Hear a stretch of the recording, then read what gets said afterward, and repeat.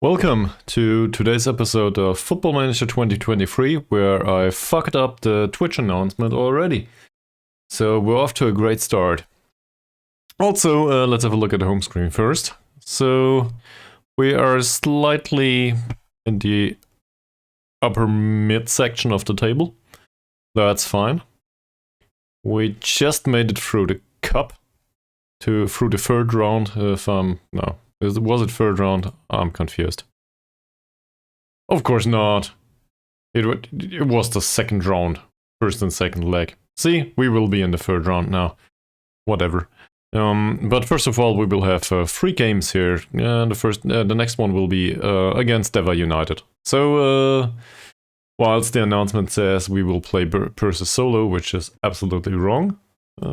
Yeah. Whatever. Who wants to deal with that crap anyway? So, today we will... what's going on here? The considerable improvement... What? What considerable improvement in skill? I'm talking about this, right? Okay. Well, obviously, this is kind of weird.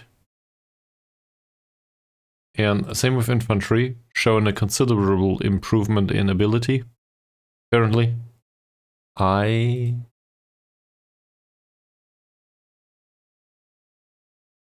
insert doubt meme here. I think. Yeah, so much for that. Well, anyway, we will need to play Dewa United next. They have nice kits, as far as I can see. Tactics says they play a 4-4-2 with this guy.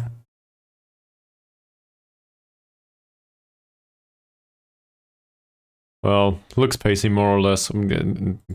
Basically Indonesian football all over again.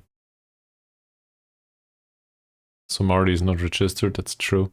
That said, we have a registration window that's open right now. And given the recent circumstances and the fact that Samardi isn't fit to play in the under-21s anyway, we might as well come up with some ideas. He doesn't have bad traits, he doesn't develop some sort of trait right now. He's absolutely rubbish, but we could use a replacement in... Oh, he's in the first team already. Great. What's with Putra? Similar situation? But at least he's 21 now. So, assuming everybody else is unavailable, we might as well put him to the first team, won't we? Here. Get some better personality or something. Whoa, what the... Thank you very much, and welcome to the stream, sir. I hope you had a good week. I got confused by my own sounds. Oh, this is great. Well done. Where was I? Samardi. As well as whoever that central defender was. So we might want to register them for the first team just because we can and because we do not have... Do we have new players? Did they arrive already? Well, yes and no. Some players may leave. They did arrive, didn't they? Yeah. Some of them did arrive. Also, we've got clauses to sell. Let's have a look at those. So this is for somebody that's worth 20 to 65k right now. 30% of the next transfer fee will be owed to us. And they offer 4k, so that means this is... this divided by 3 is approximately 1. Very roughly approximately. 1.5k. So we're talking about transfer value of over 15k. Is that right? Yeah, that makes sense. So something like this.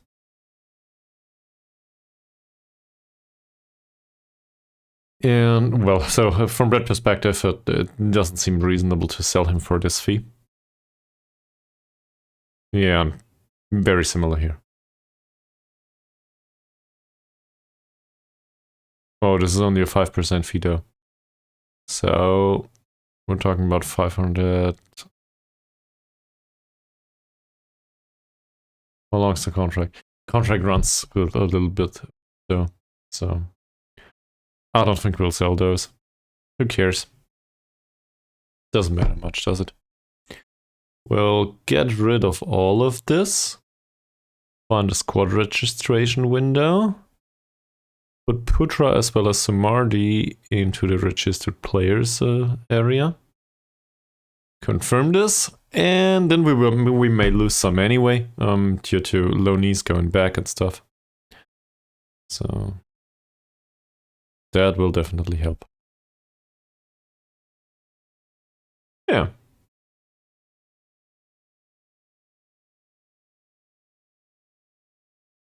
Can somebody please buy him? Who's Abdullah? Well, we'll find out, won't we? Abdullah. Oh! That's a not so recent signing. So, remember back when I was really anxious prior to this season, finding any player that might help? And I had the problem that, well, we didn't have a right back then. So I signed one for vastly too much money, 875 per week. And way too much money is probably the way to phrase it. And, well, he's emergency backup. So we're slightly overpaying here. That said, he's a fairly professional player and level-headed, so we got that going for us, which is nice. He also is considered a foreign player from Asia, given that he's Malaysian. So that covers that slot. Also, he can play in defensive midfield, and that's about it. Training's been fine though. Great stuff. That's him. And he will probably play like this. Is it defend duty on the right? No, it is support duty on the right. So, where the hell is he? There. He will probably do something like this, and obviously he's got a little way ahead of him. Considering these mantles and also that stuff. On the other hand, he's probably not the worst. He might do. I don't know, he never played on this level, so who cares?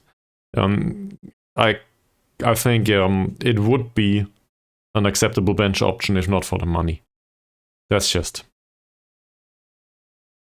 Yeah, also he's got a extension after league games if we avoid relegation, which is not great given the amount of wages we pay him. You know what? We will not get relegated. And how many league games did he make? Hell, he made one league game. So either we don't play him at all, which is bullshit, or we try to offer a new contract. Yeah, that would be fine. No problem with that. A little problem with the money, though.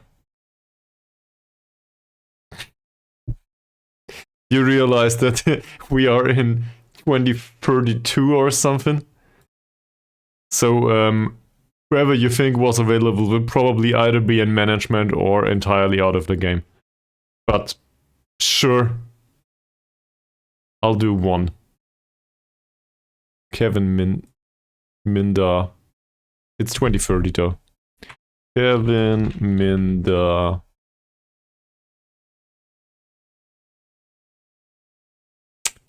There is no Kevin. Is it Minga? No, it's Minda. I cannot seem to find a Kevin Minda.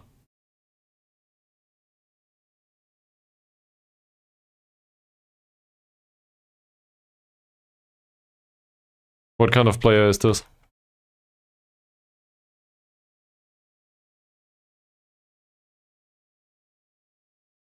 $20.30, as I said.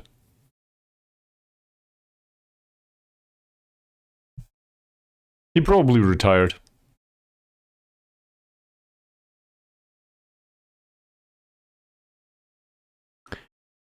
Alright, I don't want to pay him 850, so let's try to dump his wages way lower. So I guess he retired, right? Makes sense.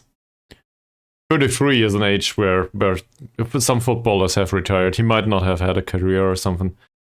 Or he wasn't even loaded in the database, I don't know. Where does he come from? This, maybe I don't have the country loaded. Might be a thing.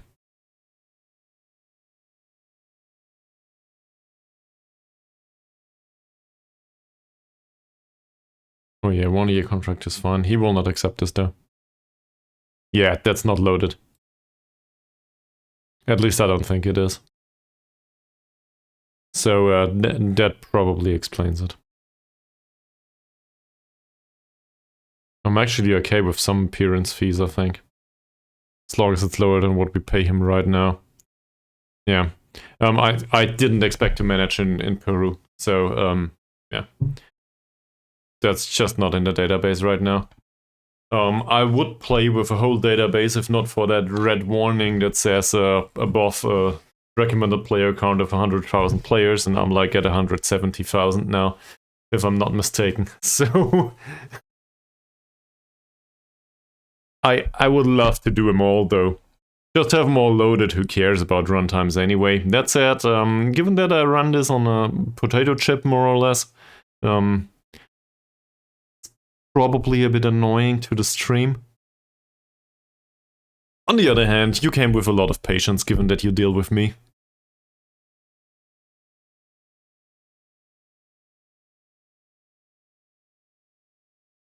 Offering me the requested wage. You know what? You get 600. What's the existing contract? 395 and 180. So this is lower. In fact, this is fine. This is not. Say we do it like this, that's definitely a reduction in wage. It's still overpaying him. But what do I care? Any reduction will help. We want some progress. Okay. This is still better than offering him a base wage, I think.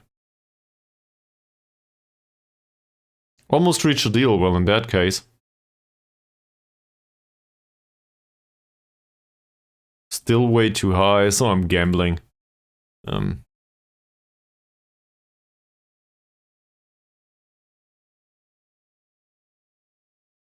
Do I offer 650? We'll try without. Fine. That is still not a good wage, but given that we will be forced to deal with him for another year if we don't extend his contract, yeah, this saves us money, right? I'm trying to compensate for my bullshit management in prior episodes. Now I just have to get rid of Pranata and then everything will be better. Also infantry. But at least infantry's been here for 1,000 euros per week is not my fault. Well, I could have sold him earlier, I guess. Seriously, are you not interested in a performance fee? This is not good.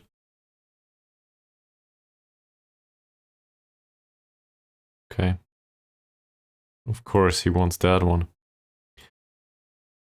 I didn't plan on extending any contracts today. Well, it's not really extending, is it? So I guess we will deduct from the loyalty fee now. Okay. That's all there is to deduct there. So that brings it to less than 800 from the wage budget. That's not bad. Also, would you be okay with a top division relegation wage drop, say 5%? Fantastic. Just in case we get relegated. Okay, 10% is okay. I'm happy with that. Didn't we have contract negotiations with anyone else? Oh, His contract's reduced already. We got that covered last episode. So I guess that's that.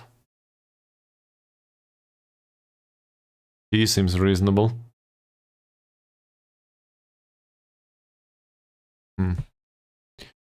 Not sure if we want to pay him though. Yeah, all of that contract stuff with the clauses, I probably included a few that are not very wise. Yeah, we did. And also reduced the wage. That said, given the club finance, this is... how do they say? In German, this is saying basically that roughly translates to it's a drop on a hot stone. So it's basically meaning it doesn't matter much. The effect is too small. On the other hand, you know, all of these small effects aggregate to a very big picture potentially. So whatever we can do.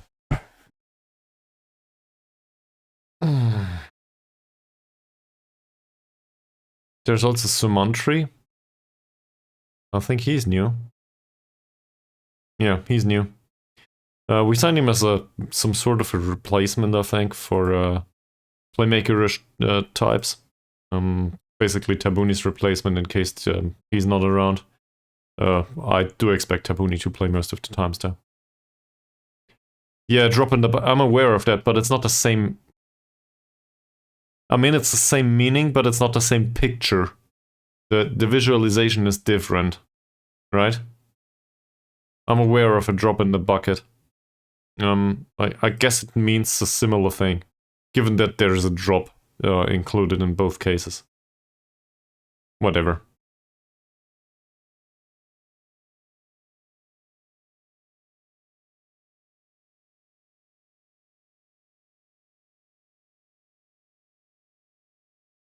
You can make up all kinds of funny statements with that, with these sayings.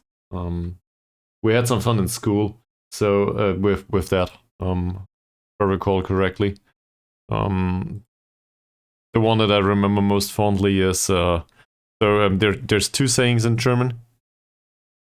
Tomato, tomato. What? I'm confused.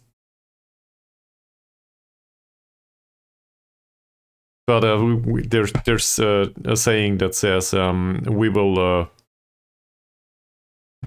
What's the translation for that?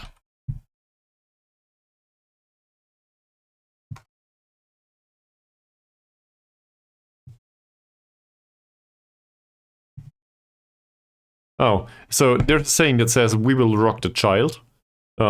Basically, saying it will be fine. Don't worry. And there's also a saying that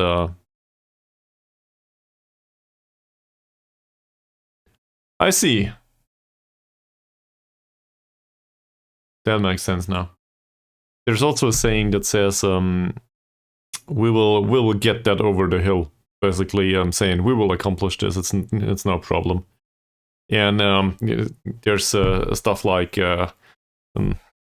confusing these things. There's stuff like we will throw the child over the hill or something like this.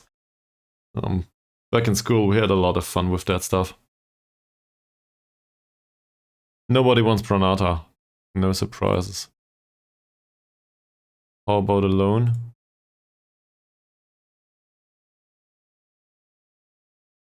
Please just take him for any money.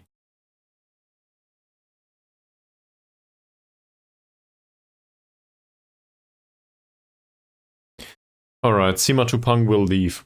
This is a problem. Nah. Don't think so.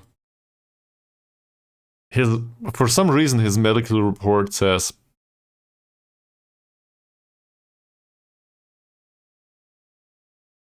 he's fine. Given his history of injuries, though, he really had a bullshit season with us. Everything in training along the way, I don't know what to do with him. Crossing is okay. Sure, an 18-year-old, but that's concerning. That said, medical report clearly states that his injury susceptibility is below average. So from that perspective, it would be okay. He's balanced, though. Balanced and media friendly. I really don't think we want him in the squad. Might as well give a chance to Abdullah. He's not much better and he's older, but whatever. Let's give some playing time to Abdullah, at least he has a good personality. And as we know, players with a bad personality, or an average personality, are never really good. With the exception of César, obviously. Who has been freaking fantastic. Yeah, so, I guess Simatupang can leave. Sure.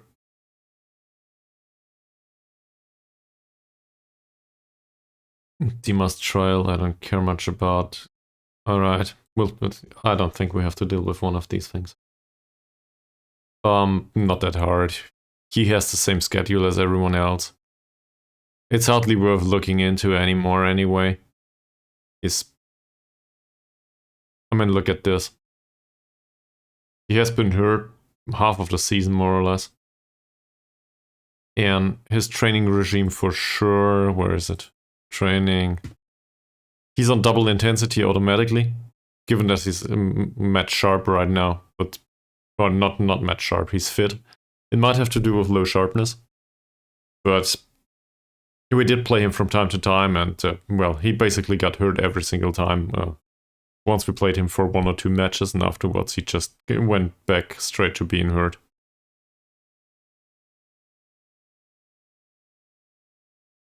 So, whatever.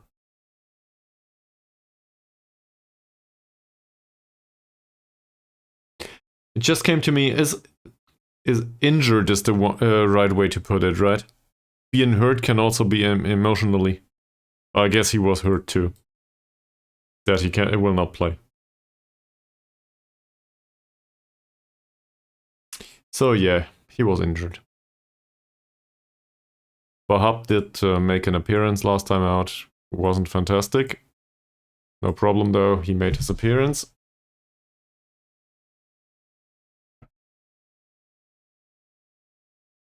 So we'll go towards Dewa United. Hopefully we can win that match in one way or another.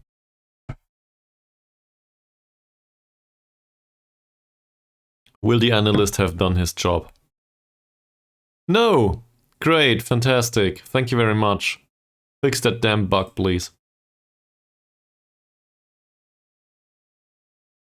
I think there was a way to get that back, wasn't it? Where is it?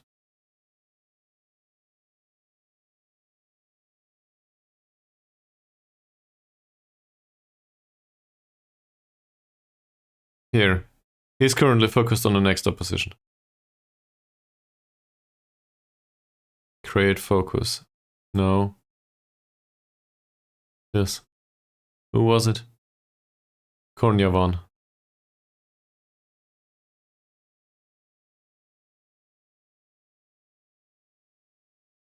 I want Mr. Kornyavan and say Hardy to scout the next opposition.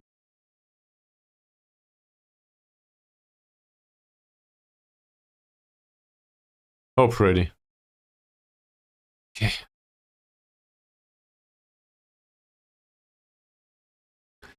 I also think I want Owen back in goal.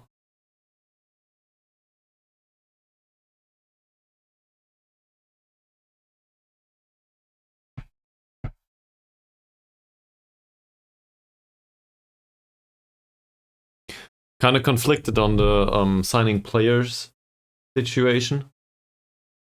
If there's a youngster available or two,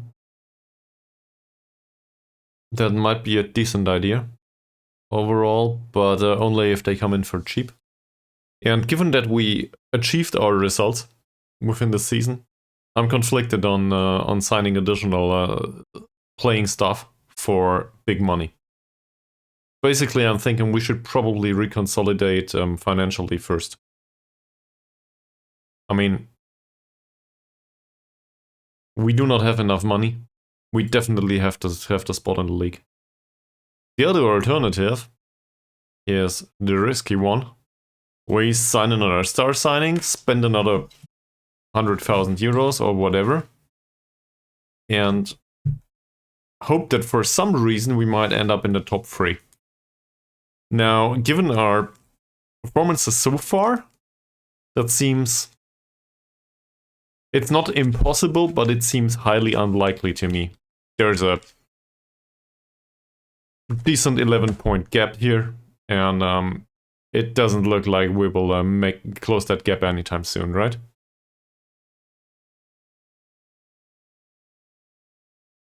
So from that perspective, probably better not to do that.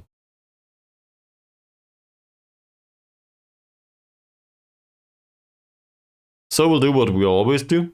After we overspend, we will try to save money. And we are, just so you're aware, and don't forget it, we are 300k in the red with the bank. And also an additional loan of 220k plus 30k, so another 250. Means in aggregate it's 550k in the red. Great, let's make that money.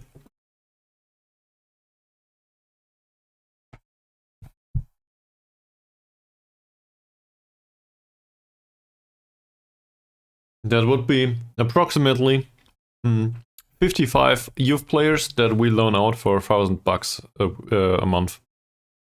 That would be fine. So we just need another 55 of those. Seems easy.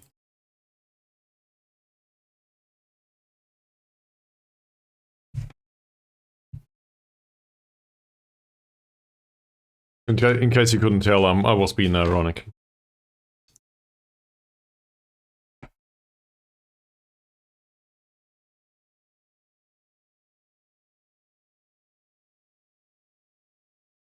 Nobody wants Pranata.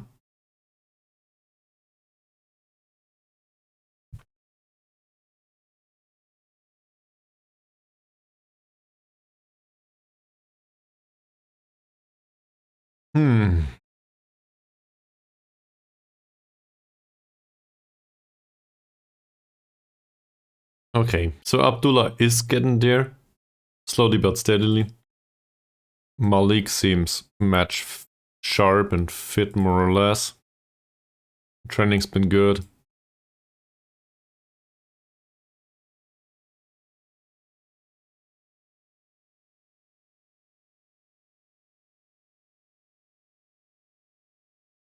So Marty is really happy, which is great.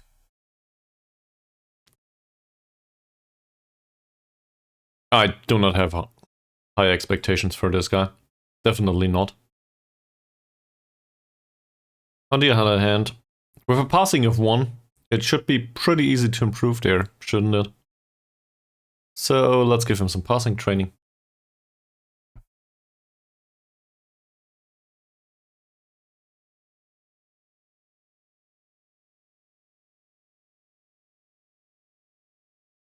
They play tomorrow.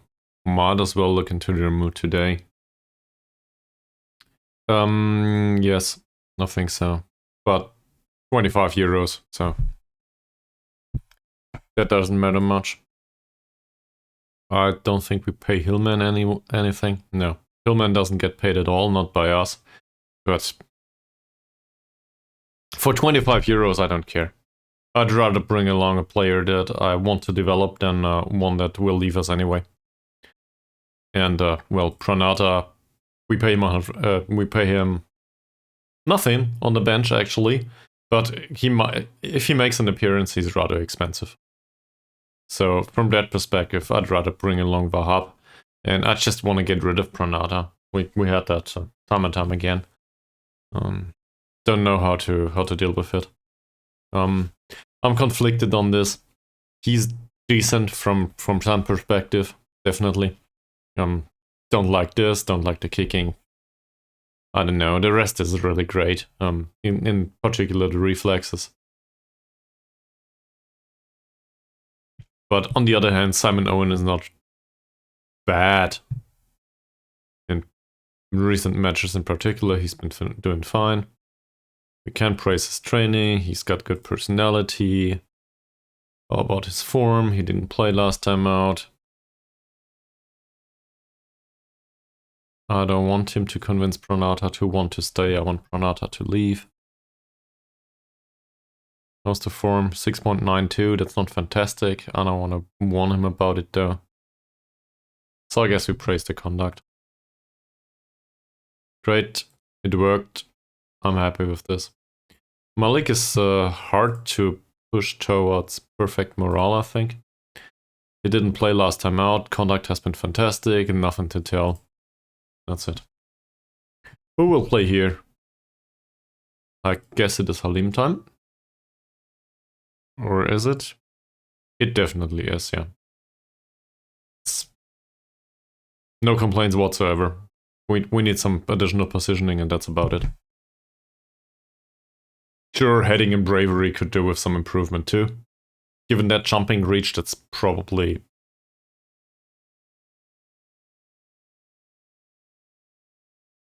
Yes, true. True, that might be an idea. On the other hand, only for the second leg. Because in the first leg doesn't contain the opportunity for penalties. So, we might play in the first leg. We might play as always Simon Owen, because I consider him to be the better option as a goalkeeper, even though the star rating doesn't say so. And in the second leg, depending on the result of the first leg, we might either go Pranata, in case we expect penalties to be a reality, or we might just go Wahab, in case we expect the match to be meaningless like the last one. And then we just do it for the match experience and give it to him, because Pranata doesn't need the match experience anymore, who cares? Yeah. I wanted to go to Halim's page. So he needs some praise and hopefully he can accept that. Yes, he can. Conduct has been a bit spotty throughout the season. Performances recently, though, are fine. 7.24 I will not praise, though. I really don't want to. He might have the attitude to not be very happy about this. So Kipto is also a must-play for me. Yeah. Even more now that I saw that he develops. 9.55 training rating. He's perfect morale anyway, so let's not talk to him. What's with Tabuni? No perfect morale, why? You need to play, sir. 8.85. No problems. Perfect morale, don't touch him anymore, that's it. Also César. Now we're getting into interesting territory. Decent training rating. Didn't play last time out. He got rested. How's his conduct? Conduct is fantastic. Hopefully we didn't praise that recently. That helps. Is this good training rating for a 31-year-old? I think so. So that's fine, and that should settle the affair for him. We need a second central defender. So usually we played Haryanto. There, Iman Putra is available now. I'd rather not play him, for obvious reasons. But as a backup, in case we don't have anyone else, we might see him playing the odd match throughout the rest of the season. Because Juliante will not be around anymore. Yeah, he'll leave at the end of the month. And I think I'd rather play some youngster that is entirely clueless about playing on this level and have him develop than bring in another player that is very expensive and goes nowhere. That also includes the option to bring in a lone player. If we can't buy them for cheap, a lone player is a waste of a development slot if the results on the pitch are acceptable. And I don't see us getting relegated anytime soon. So we might load on some risk for the performances. Not perfect, but I'm hoping for the best. That's it for now. Arianto. Is this a good training rating? Sure. Conduct has been good. So I guess we do go with praise in the training. Okay, that's not good enough yet. Form hasn't been great. Not bad enough for a warning though, I think.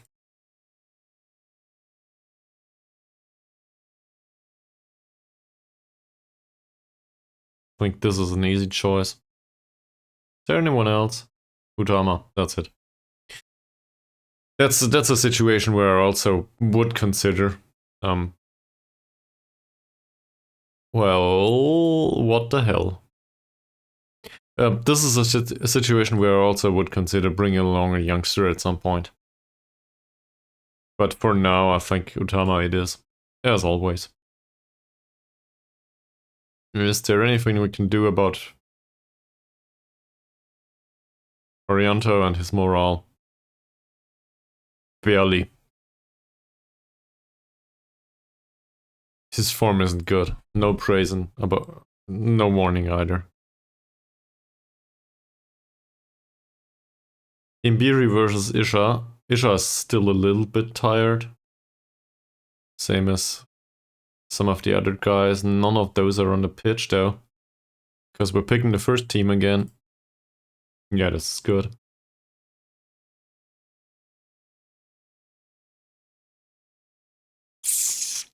Conduct's a bit spotty. The recent performances have been bad. In fact, I would want to criticize this. Didn't create any chances. That's good enough to criticize form actually, I think. Form is 6.36, that's not good enough for him. So, is there an option that he didn't have any assists?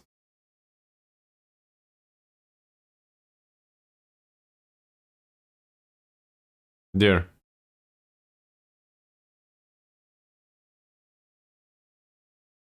He's on it, in that case.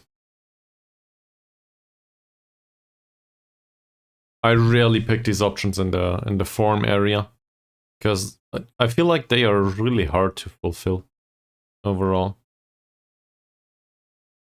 Okay, so we got Zico running around, who's not...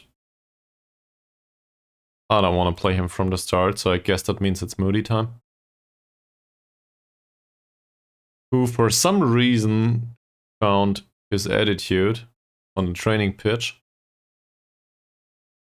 Fantastic. Then there's Ari versus Ferdiancia, I guess. Or Isha. Isha's not... He's still little bit tired too. So I guess it's Ferdiancia time. Which I'm fine with. His training hasn't been fantastic, so we'd rather not praise that. Conduct's good. We should talk about his form though. So, his last assist was 4 games out. 5 games out, whatever. In the last 4 games he didn't have an assist. His form overall is a bit spotty, not great. I guess we can criticize the last match. No, we can't. And the form is 6.88, that's not really bad.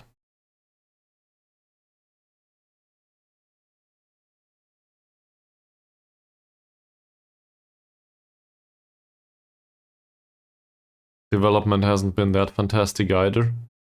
I wouldn't want to criticize it though. He didn't decline or something. Or just stagnate. He might interpret this as some sort of progression. So let's not do that either. Which leaves us with, well, we need Isha. No chance to get out of that one. In case we need somebody up front too. Then Sumardi, I don't think so. Abdullah's definitely one for the bench. This also covers defensive midfield in case it's needed, but defensive midfield will be overcovered. Ada will bring along Yulianto, so we don't need Simatupang. Yulianto will leave us anyway, so we might as well play infantry. I'm not very fond of the idea to keep him around, but what can we do? And, well, this contract runs until forever, so... We could actually try to reduce his contract demands and the contract length. I don't know. In fact, let's do that.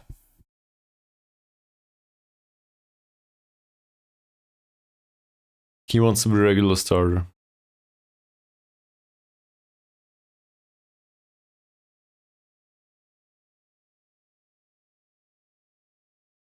Only curious.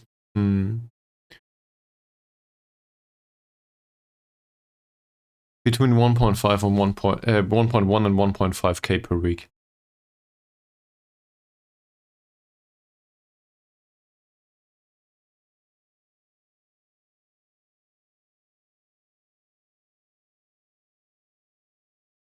Okay, let's offer a contract.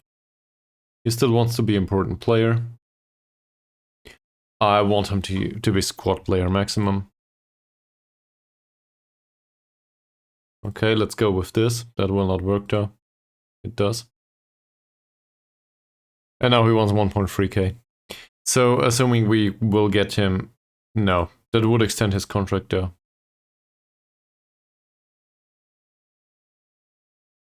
There we go with something like this, which I don't think will happen.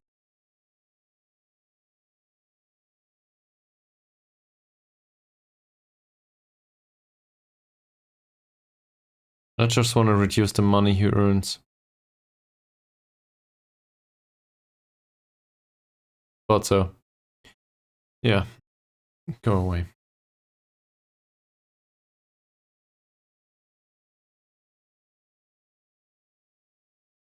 Nah, he needs to go and somebody needs to take on his wages too. In case somebody just takes him for whatever wage, I would probably be fine with that.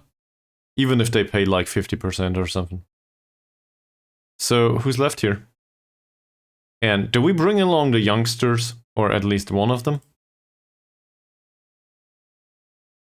So, honest question. Do we want to bring along Putra instead of infantry?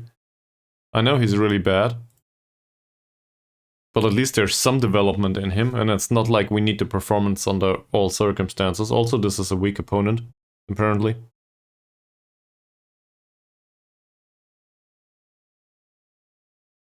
You know what? Yeah, I will do that. In particular, also given infantry is a little bit tired, and I will bring along Samardio with the same argument, basically. Sure, he's not a good shadow striker. Who cares? Or a good striker for that matter. But he's left-footed, so I might as well use him as a replacement for Moody in some circumstances. Yeah, and I guess that means we could use Ari too.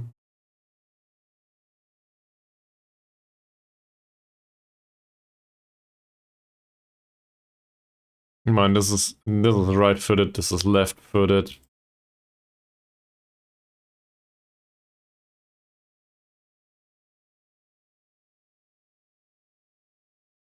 Who needs the sharpness the most? Sumantry. Yeah, okay, that makes sense too. Sure! Let's bring along a playmaker. Why not? And in case you're wondering what the hell am I doing, well, we're hoping to develop players now.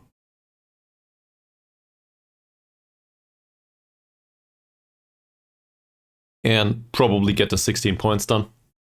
If we win this match, we're sitting at 27.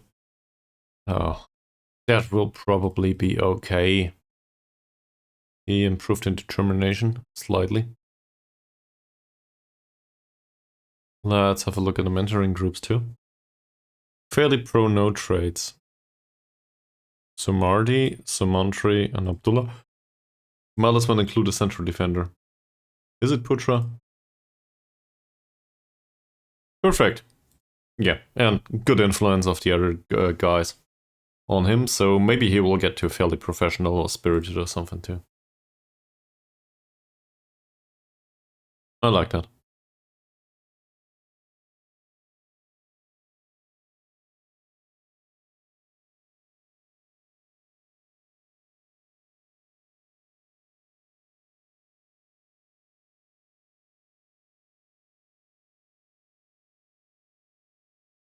This all is good, this is not. Yeah, he's got his head back home, doesn't he?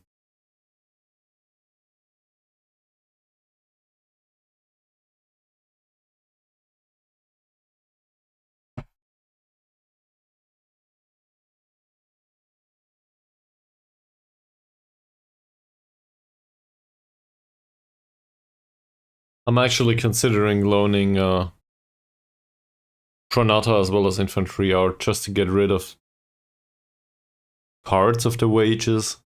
If we don't use them, parts of the wages might be the best we can get.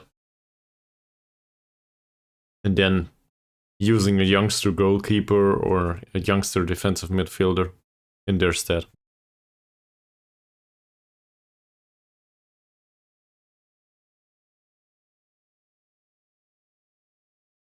Just for monetary reasons.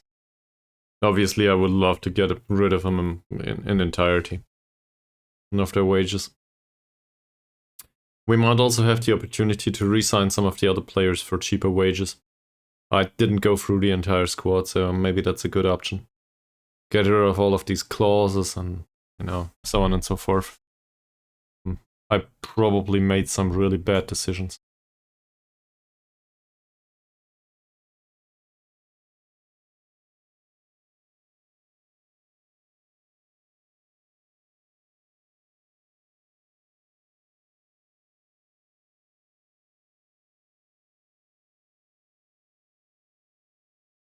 Anyone else got any ideas for this club? They expect us to draw. Okay.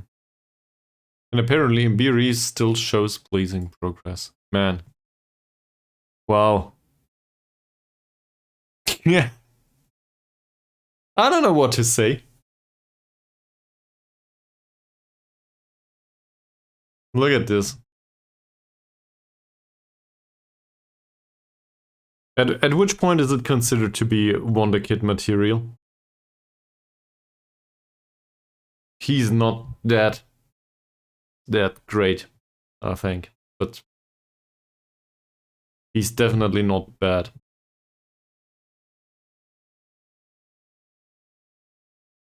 Working on his finish right now. Sure. Dimas. So the reasoning here is very simple.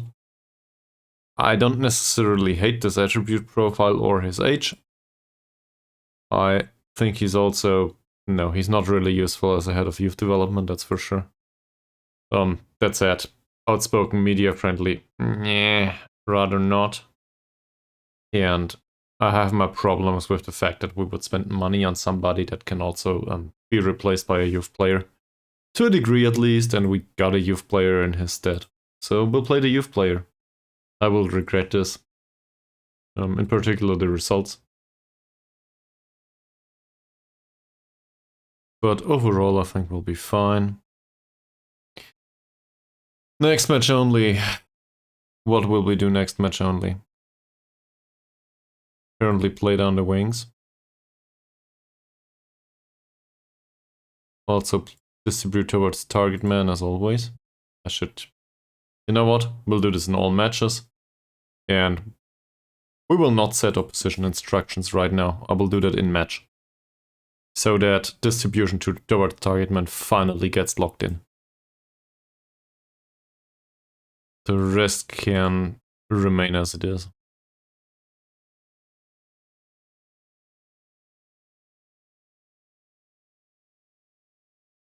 Sure.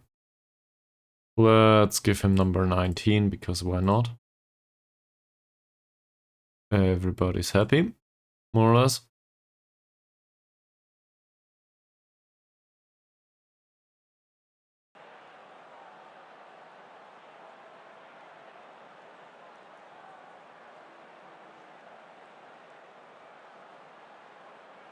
Everybody expects us to lose?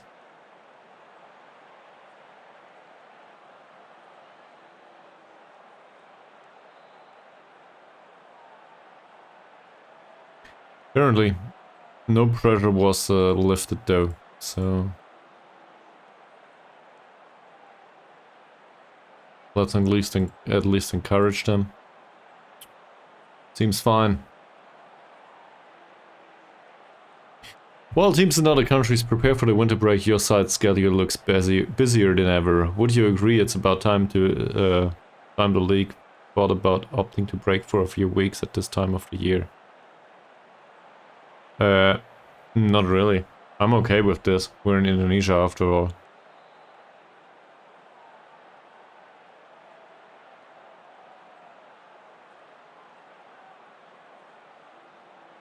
Well, the surprise I expect is that hopefully there will be no surprise.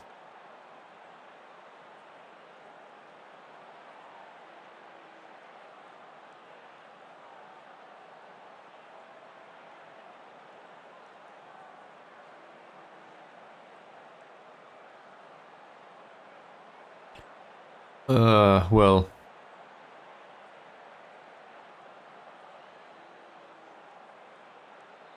Gotta be cautious.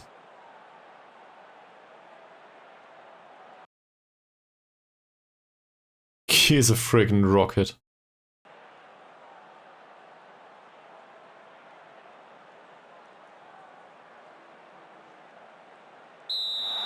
Okay, it's raining.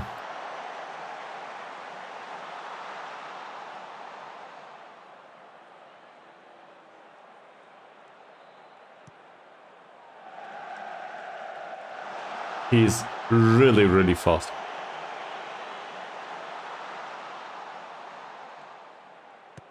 Owen's long kick.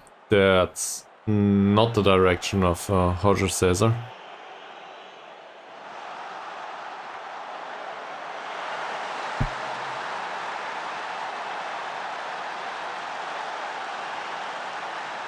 And we can see the goal after 30 seconds with a long ball, because apparently their striker is really fast and 4 points of finishing are enough to beat Owen. What kind of football is this? This is hoofball at its finest.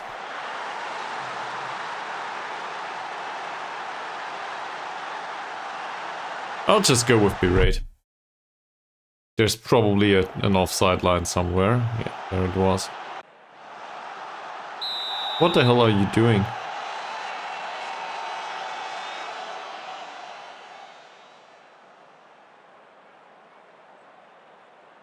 That's not bad. Imbiri. That's bad.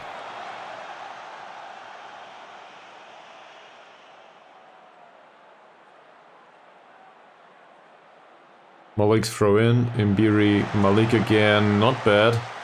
A header. That's just over.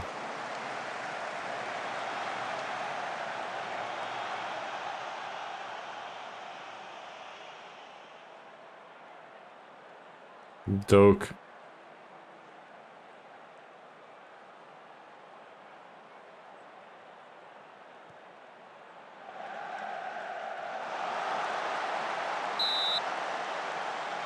Well, it was offside this time.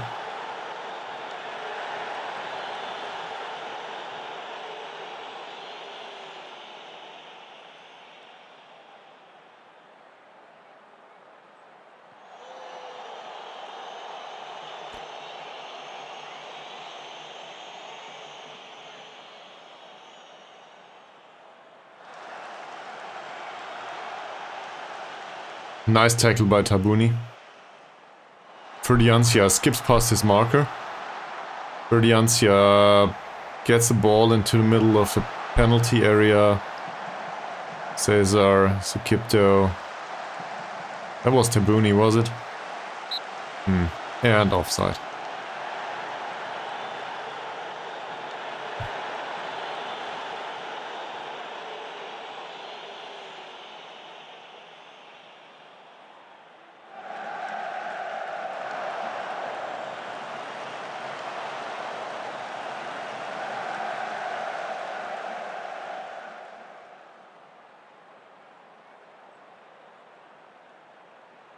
Decent passing by Tabuni. Under pressure. Ferdiancia. Ferdiancia. Imbiri's on his own in the penalty area. Nice block. Gotta give him that.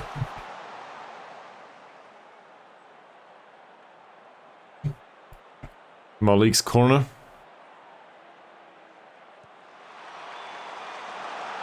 César. 2 chances, I think. Reasonable ones.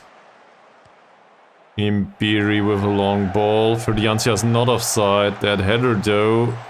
Okay.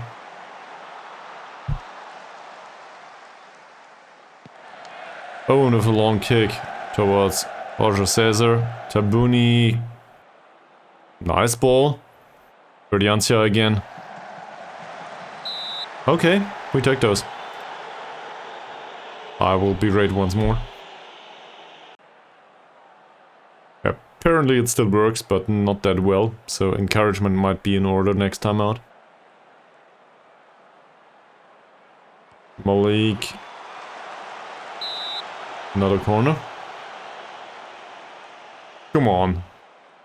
The result is somewhat okay, but we should be able to at least score once. Malik. César. There it is. 20th goal of the season. Just a reliable option, this guy.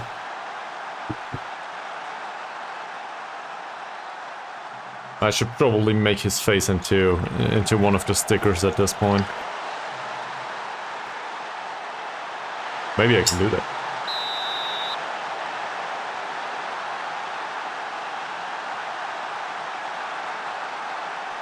Let's have a look.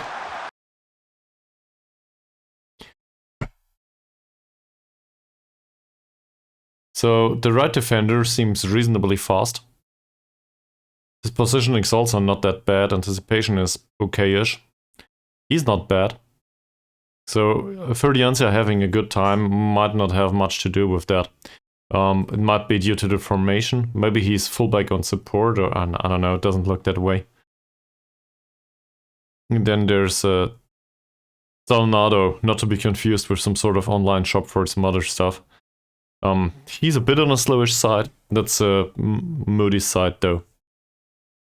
Not bad either. Also good passing, so I don't know. It doesn't seem like there's any weakness to exploit.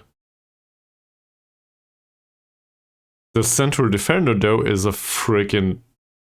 He's a snail.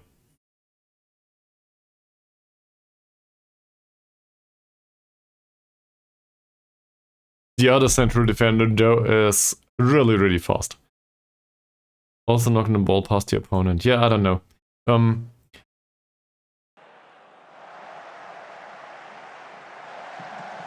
Is this offside? Yes, it is. I still feel like we are, even though we got that result, we're basically dealing with them being 30% faster. Really? Are our wingers that fast? Yeah, you can argue. True. Our wingers' anticipation, though,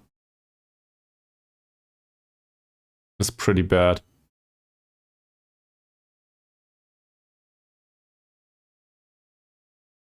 So, you would argue pass into space, maybe? Is this where we're going with this?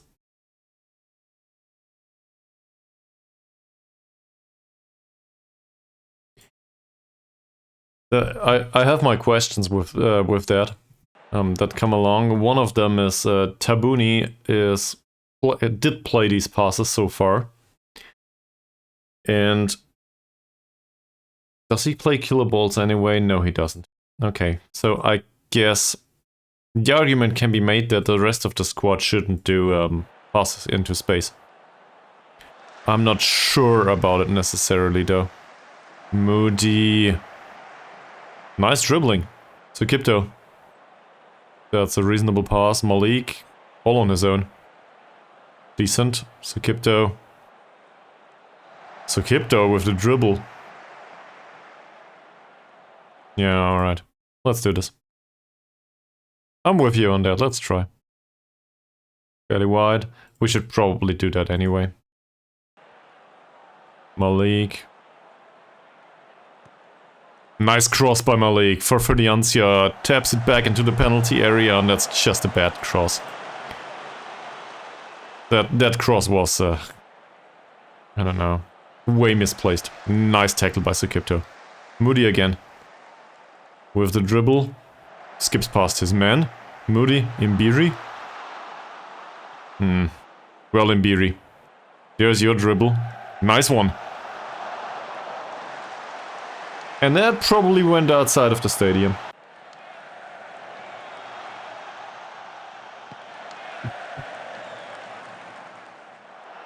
Well done by Halim.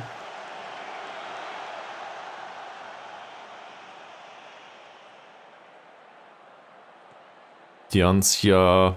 These balls are dangerous. Sukipto, Harianto, Roger César. Well done. Moody. Oh, come on, Moody. How? Why? Yet another long ball. Their central defenders have decent passing. That's the biggest threat of this entire squad, I think. I don't want to close them down too much, though. That gives them too much space in midfield. And given the overall performance so far, this is not offside, is it? Given the overall performance so far, by Jorge César in particular, scoring his 21st... Fuck this. No, it does count. I thought I could hear a whistle. Okay, anyway, yeah, given his 21st goal in the season on the second of the match, and the overall, let's say, distribution of chances created, I'm certainly willing to roll the dice on this. I think we should have a chance. Just outscoring him on the counter. I might regret saying this though, given the situation. Or not.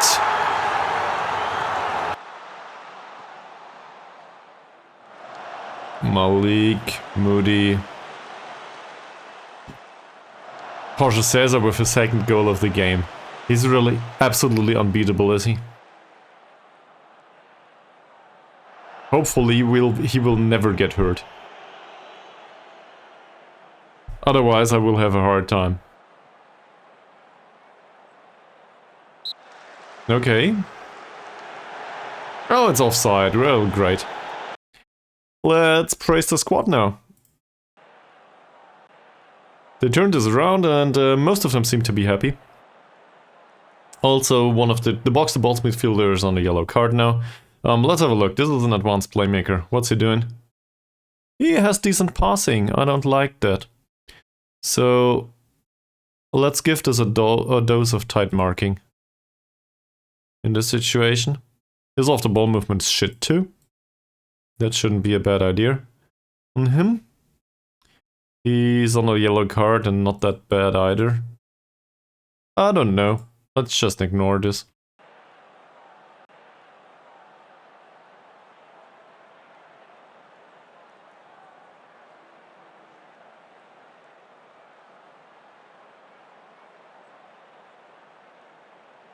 Another one got a yellow card. Who was it? One of the central defenders. That's basically a problem whenever there's any kind of situation in the penalty area, so I'm okay with this. In particular, given our strikers' physical prowess, let's say. Malik will take that corner. In swinging as always, not high enough. He got his foot to it. Arianto. Imbiri. Well done. Imbiri cuts inside. There's a cross. That's not one for Moody though.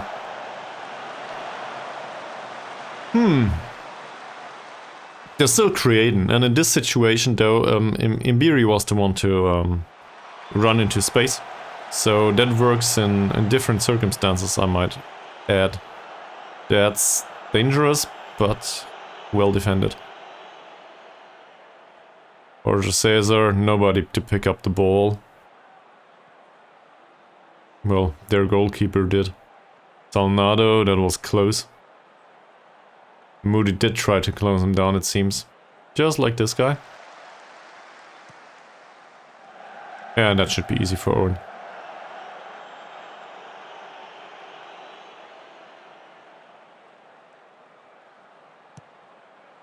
Well done by Owen. Ferdiancia. Will he skip past his man? Or past both? Apparently. Apparently. These situations are really dangerous for them, aren't they? Come on, guys. Score a third. And afterwards we'll be fine. They had one chance in the first minute. And they scored from it. Otherwise, we are well in control of this game. Well, more or less. There's some leftover risk, I think.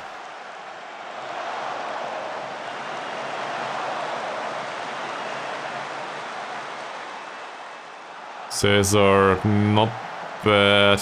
Well, Imbiri going for the header. Good luck with that.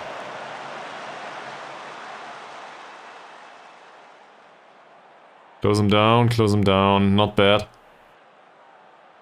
Gamboa, Iswayudi, Mandoan is a good passer.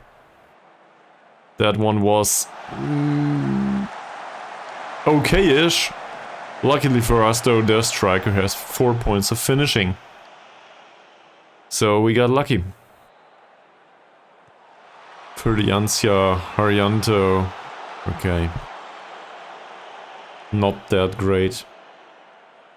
I think we got a warning against complacency in the second half. Malik, Moody, Tabuni, Imbiri. Imbiri's killer bar for César. What an asshole. Third goal of the match. Oh, what a nice lob. I love it. So that marks the hat-trick, I guess. Also, 22nd goal of the season. Is it league goal or overall goal? I'm not sure. Doesn't matter, not much.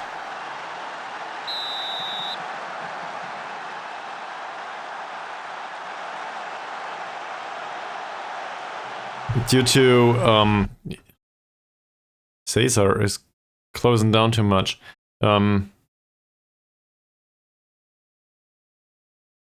So the argument basically goes he should have more of his stamina available for a run or two, and we don't need him to trigger the press that much. Is that what you're saying? You want him to be available for those runs? Tabuni, Imbiri. I did reduce him, the triggering the press on him. César, Imbiri. Ah, the idea was nice. Didn't pull it off though. Arianto. Halim, not bad. Moody's fast, but not that fast. Or his mentals were in the way. Is it Fadi or Fadil? Sukipto. Jorge César for Imbiri. Ah, yet another block. Imbiri could really use some sort of good experience. On the other hand, he had an assist. So I guess that counts as a positive experience. Malik, Jorge César. Barely scraped him off the line. That might have been his fourth.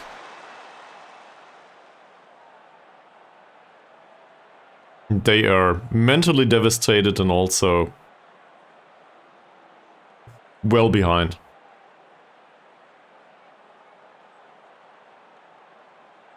This isn't good enough. Absolutely unacceptable. No, I guess we will go with it's fine.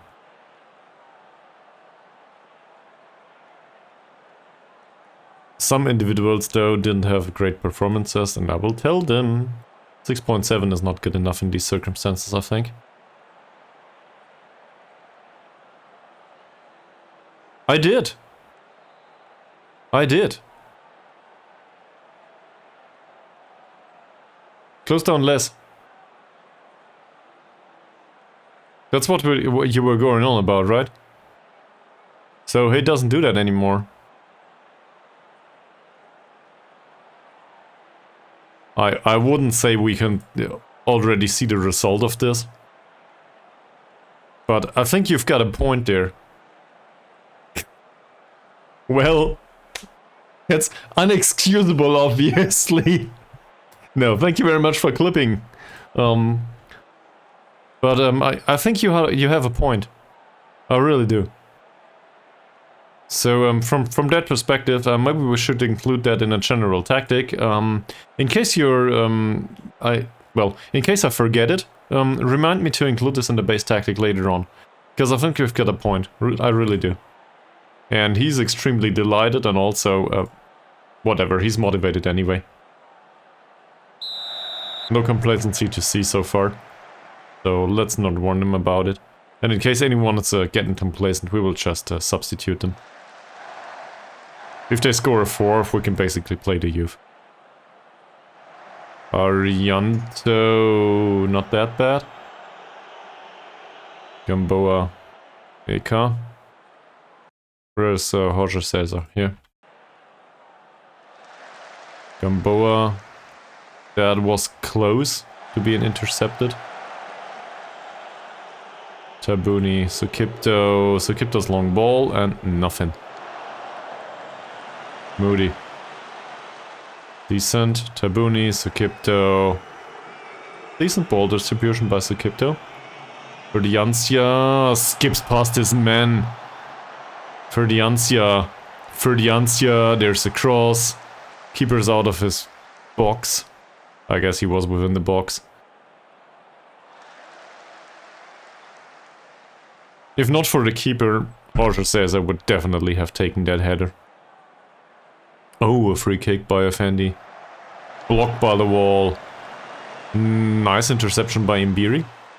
That gave us some time to reorganize the defense. Their defenders look kind of exhausted. Ferdiancia, Arianto. Okay, that's a low grade chance. But you might have had a point, Chironollet, with the closing down, because Jorge César is not that exhausted yet, and usually he is. So maybe that's an error in the tactic so far. On the other hand, it worked, so we just replaced him most of the time. This might reduce the risk of injury though, and given that we rely on him heavily. Yeah, I think so too. But let's wait for just another minute or two maybe. I would love to score a 4th first. Tabuni, Sukipto. Tabuni... Not bad. Tabuni's pass for Ferdiancia. Ferdiancia, cross, Mbiri, 4! That's it. Let's celebrate, and afterwards we will take off players. No, let's take off players immediately. You know, forget about everything about this. So, who needs match sharpness? Who needs to develop? Who needs some time on the pitch? Okay.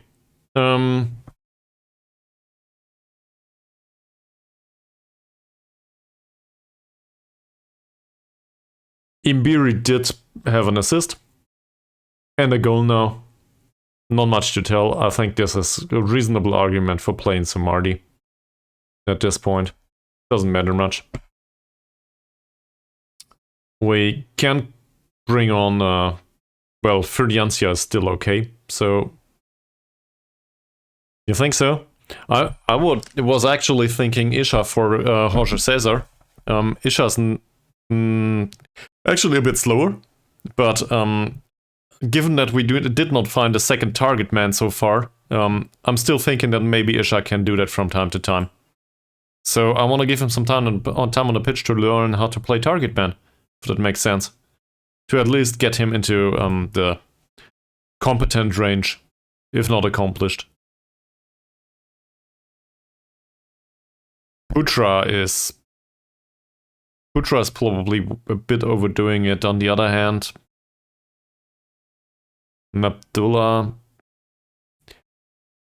Well, hi. Welcome to the channel. And the stream. And, well, whatever.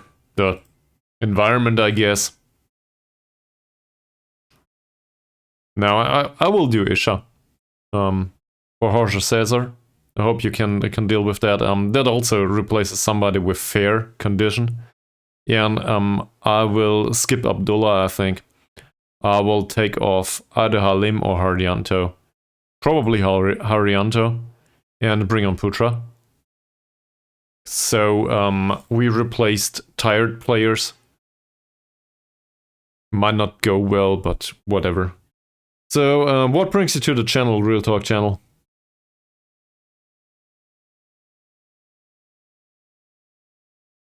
Doesn't matter much. Have fun.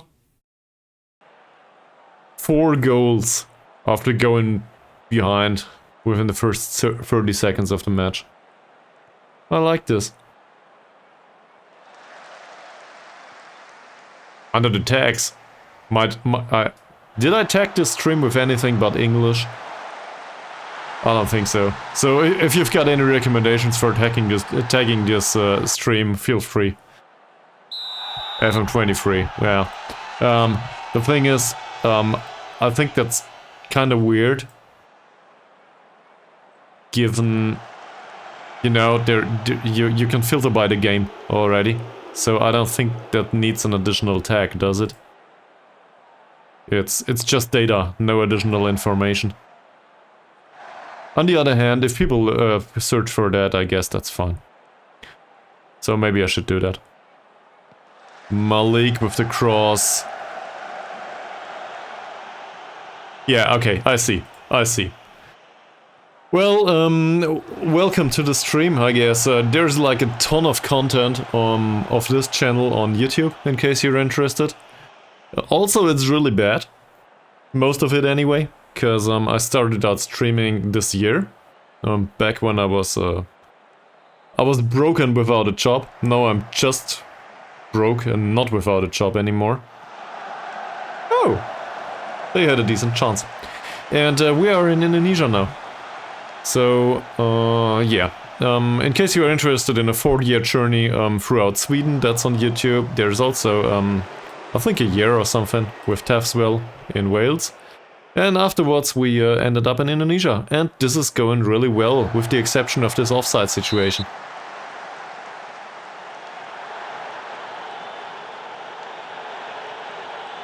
The game overall, though, it seems fine. Their goalkeeper doesn't have a good game. He might be slightly annoyed.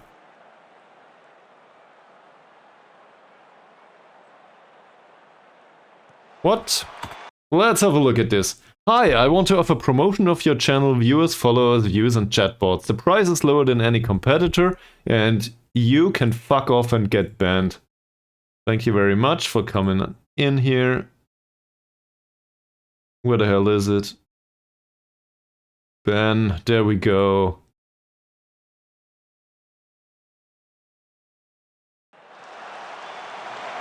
Get the fuck out the door. Seriously. There's like, these people... Oh, that might not have been offside, but apparently Owen's still playing. No. There's people that come into this channel and at least have a talk. Like, you would probably identify them anyway. They come in, they don't watch the channel, and then it's like, hi, I found you, and hello, how are you, and blah blah, and then they try to get off a sales pitch. Are you sure about that?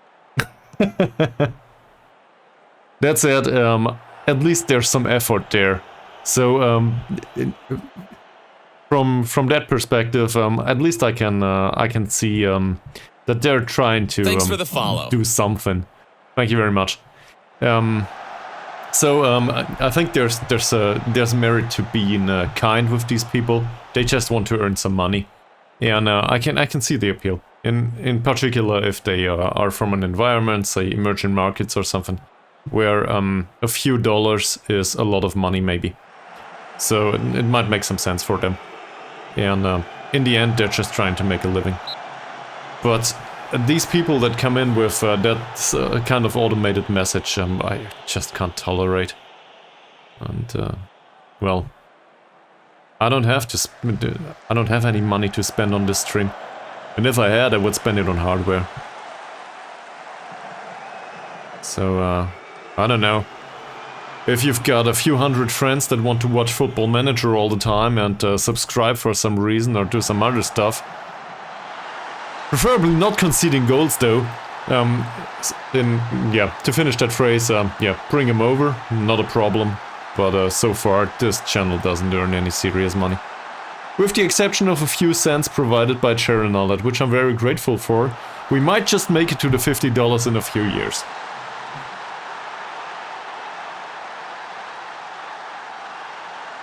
And then I will probably reinvest those $50 in soundproofing material.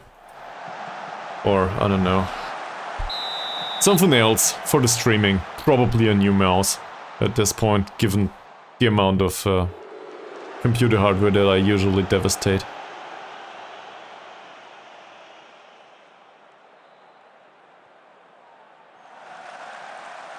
I was thinking about buying photovoltaic stuff for our balcony to hedge against the energy costs from the streaming. Yeah, you know what? You can probably see this. See this gray stuff? This is pillows from the couch on the balcony. These pillows are this is my soundproofing material, and my purely imaginary girlfriend always tells me that well, this doesn't belong there. I'll still use it for that purpose. So we'll run it through the entire apartment every time we want to sit on the balcony.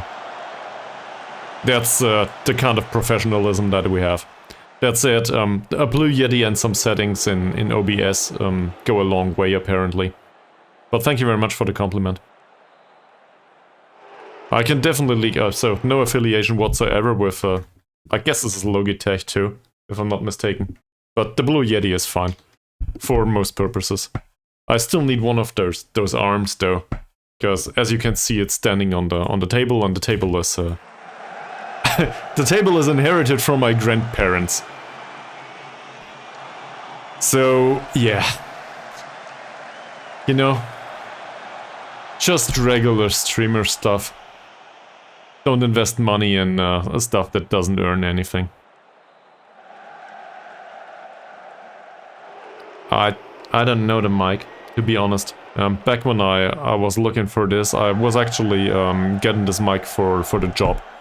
For Jitsi. For meetings. The sure one. I will Google this now. SM7B. I see. Yeah, okay. I've seen this type. I never got around to looking at technical details though. So, yeah. I'll hope you forgive me.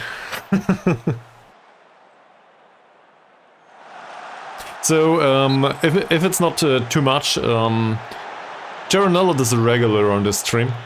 And I know of most of my regular followers where they come from, and well, whatever you're willing to share. Don't want to intrude though, so in case you are interested in sharing Real Talk channel, just feel free anytime. And also if you're particular in anything in Football Manager in particular.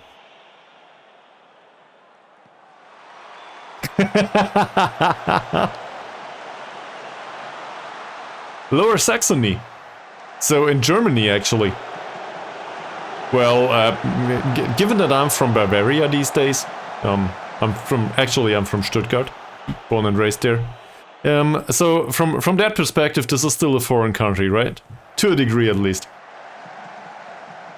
Now, to be a bit more, I don't know, more serious. Welcome to the stream, and so a Lower Saxony. Does this imply that you're a supporter of RB Leipzig? Or Dresden or something? Is there a club in particular, a local one that you would say you support? Man, to me this is old Saxony. Be happy that I know some clubs. Oh, that was an interesting situation.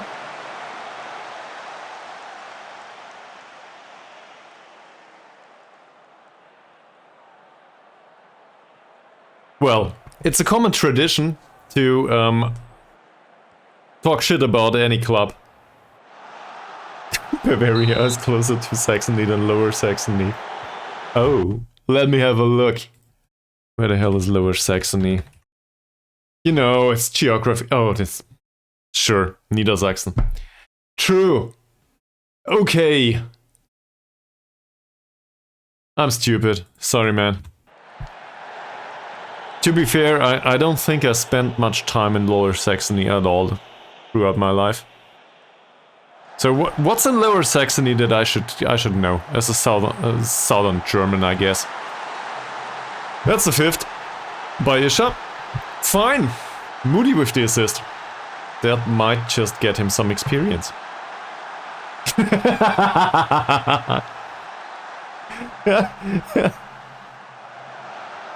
I like the attitude. Yay! Thank you very much. Oh, are you willing to share what kind of it's not public. Studiengang. What the hell is Studiengang? Focus. I don't know. Course. It's not course, is it? A course is American studies. Oh. Okay. I think I met somebody at some point that did something similar. Not sure who that was though. Moody, please don't play into an offside situation. Yeah, okay. That was bad though. Really bad. We could have had a 6th. Might still do. For the Ansia with the finish. I don't think anyone's bad at FM, really. I honestly think nobody's bad at FM. And I also think that some streamers, not pointing at anyone in particular, are good at FM because they are bad at financials. You know, you can always spend money that you don't have in FM. There's barely any drawback. I don't like to do that. So, I don't know. What's considered bad at FM anyway? 5 goals! Conceded 2. We will have to talk with Simon Owen. Also with Jorge César apparently, given this is a 10.0 rating. So I'm kind of okay with his performance. 27 points, and we played some youth players. Oh, so you're new to the game? Is this the way you would phrase it? That's not good enough, that's horrible. Let's leave the other 2 alone.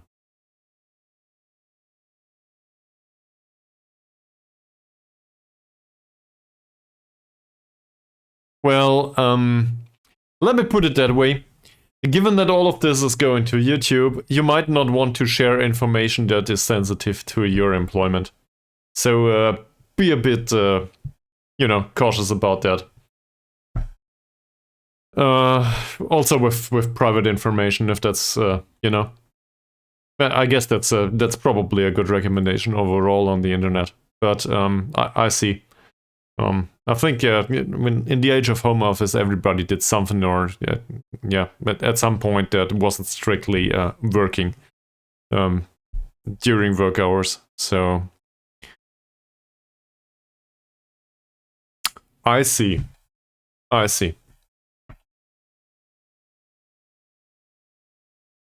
Comeback victories are always... it's not about a comeback.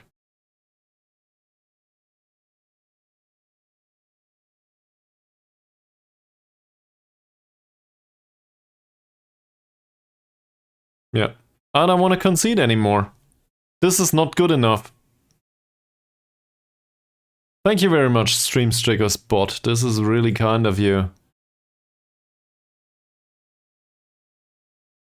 I see. Social media semi-professionally.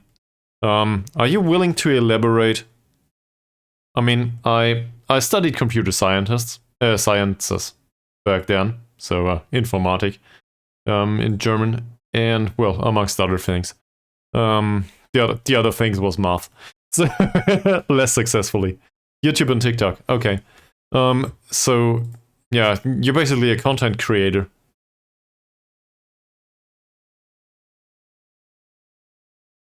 So what kind of content do you create, if I might ask? This is where you can promote your stuff on this channel. I'm fine with this. We had a conversation. This is okay.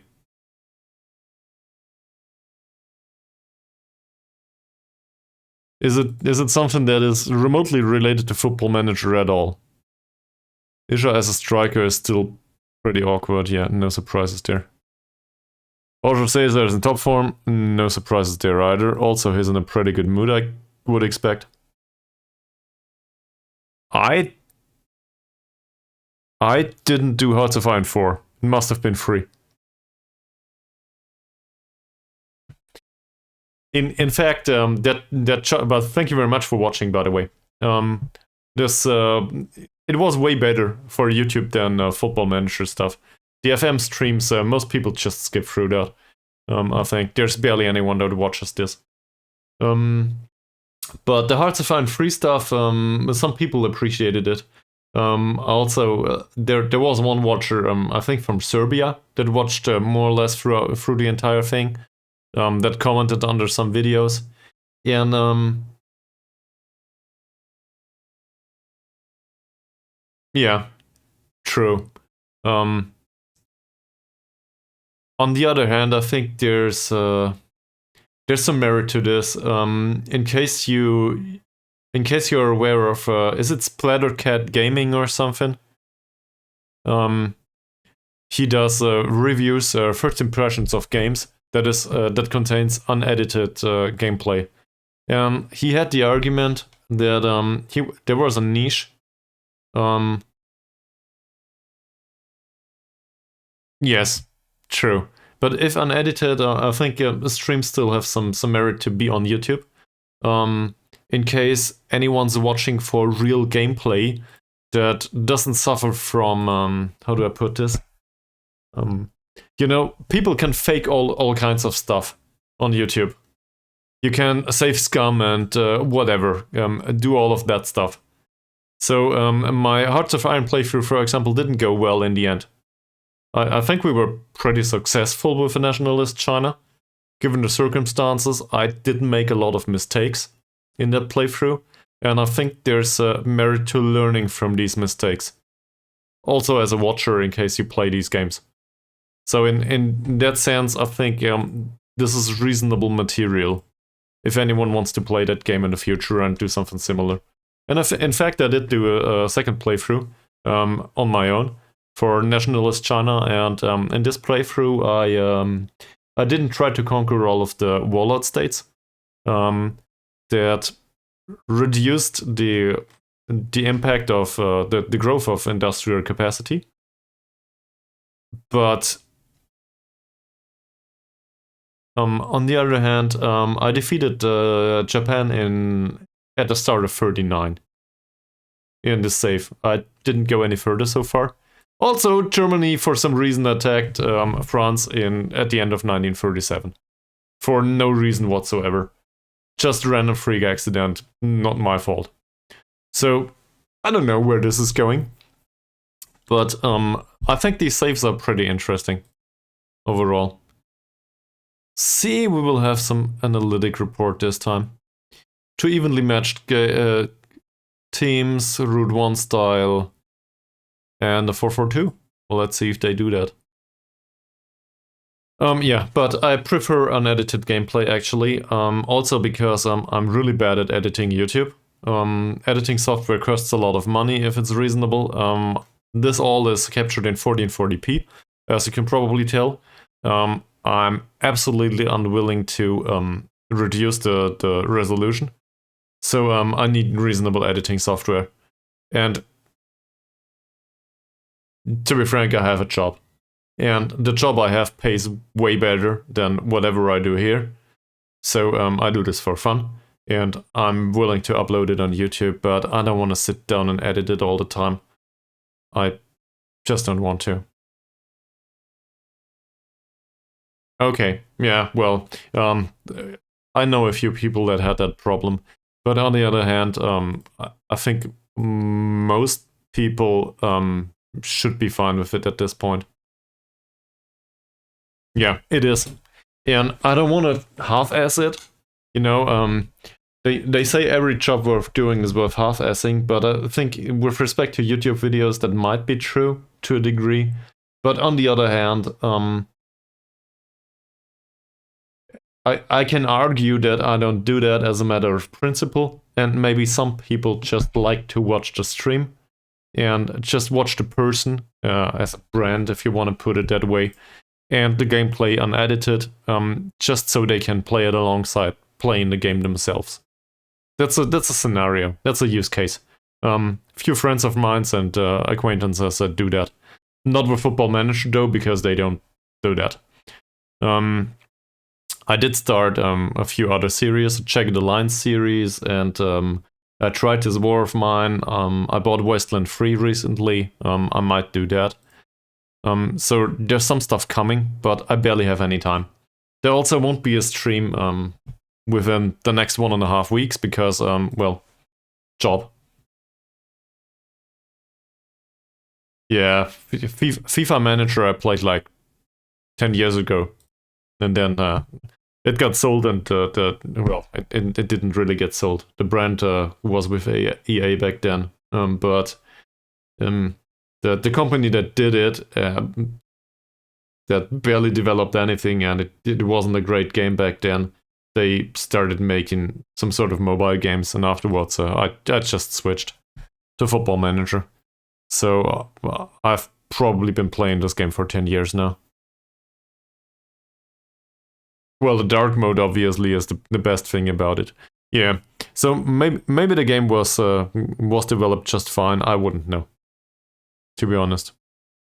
I didn't touch it in probably a decade. And as much shit as the game engine in Football Manager gets every single time, Football Manager is probably okay from that perspective. I really don't want to scout all of these players. He's approaching the end of his contract and can be approached. Yeah, well, he's Ghanaian though.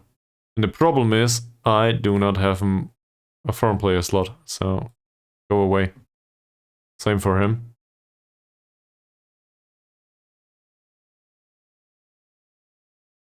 Okay. Well, I guess I could touch it. On the other hand, I'm really busy, and I cannot really start another game. I wouldn't be able to do it on stream without reducing Football Manager, and I really want to find out where the save is going, or if it's going anywhere at all. So it's basically cost of opportunity, and I really enjoy playing Football Manager, so I guess I will stick to that. But it's not like I'm opposed to the idea of trying something else. You know, I just gotta earn money at some point. Yeah, and streaming definitely doesn't do that. Neither does YouTube. So, yeah. I will probably not switch over to YouTube and stream him full-time anytime soon. I also like my job, by the way. So, yeah. In case anyone from my workplace ever watches this, I enjoy doing what I do.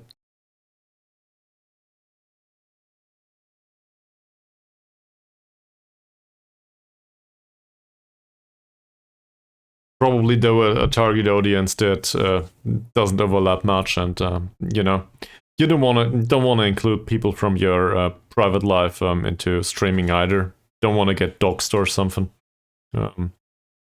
There's some information you don't want to share as a streamer, I think. So I'm quite happy that most people at work don't care about my streaming and YouTube stuff.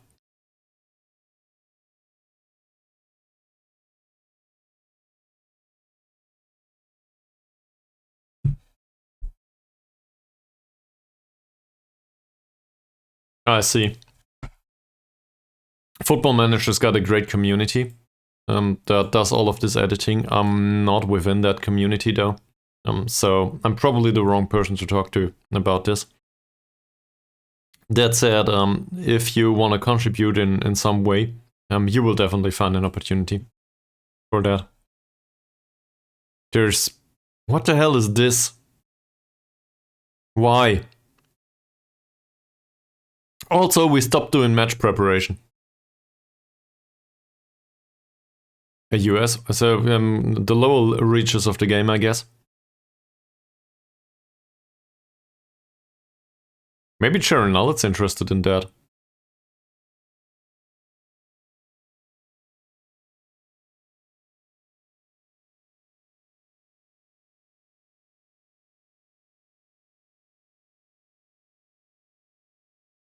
Okay. So, what did you do, if I may ask?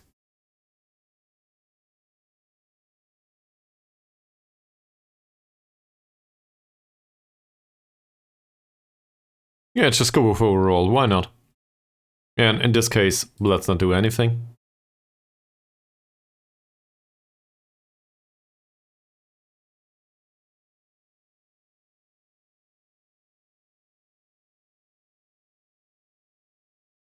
Hi and welcome to the stream, Azura.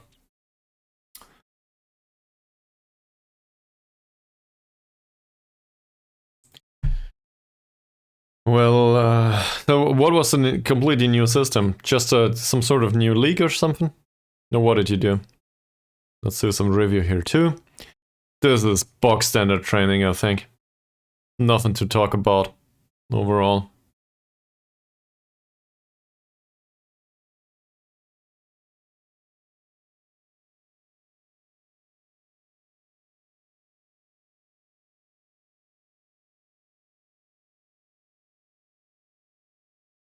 Same question as always, by the way.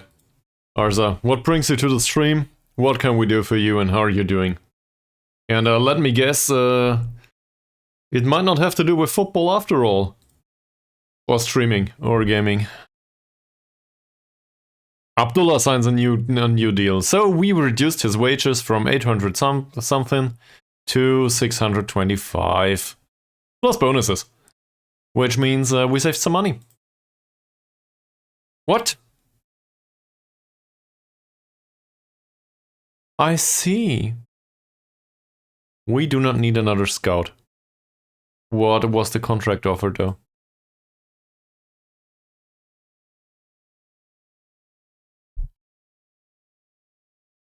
Do we want to get rid of one of these scouts though? No, I have to compare. So obviously he's the better scout in comparison to Utama. On the other hand, Utama's still a player.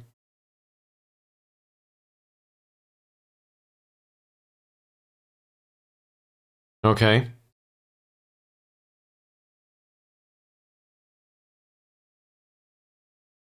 That... you basically created a fantasy scenario, right? I'm not aware of how it works in the United States. I never played there. Let's compare this. Where the hell is Utama? Oh, here.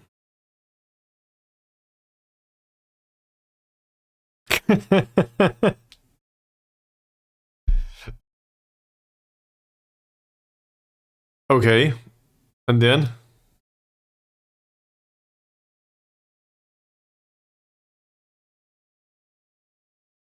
I wanted to compare him. Yeah, exactly. Well, scouting knowledge though. Okay, so there is not much of a difference between the scout and the player. That said, the player would be here on higher wages.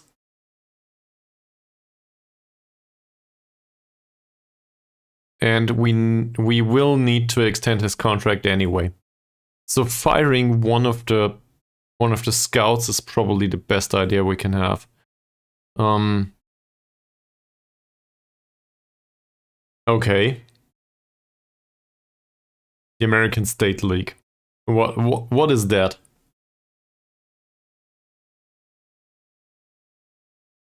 We might have lost Arsa.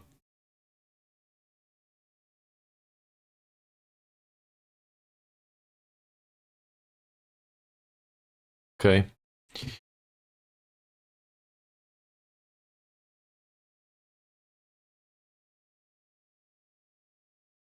You're kinda creative with that. I see. Yeah, you have to do them one by one, I guess. Utama, comparison to another scout. So this is one of them. They are basically the same, not from the attribute perspective, but from the scouting knowledge perspective. Same with Muhammad Rido. So we don't need these two scouts. We can get rid of one of them, save some money. Well, not save some money. We'll just fire one. I don't know about Utama's new contract though.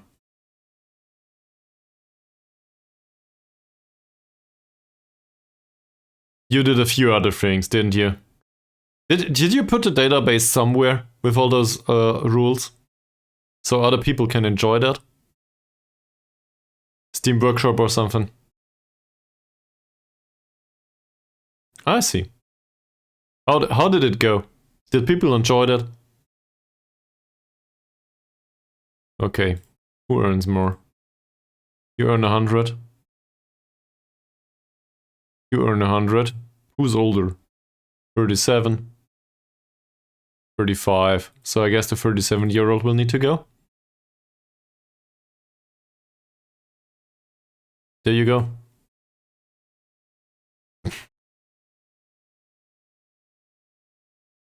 You did this all the way to some sort of top tournament, didn't you? Probably including a few cup competitions on top.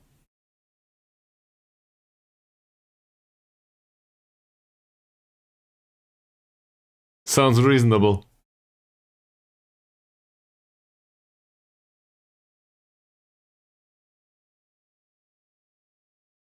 Is Geronel still around?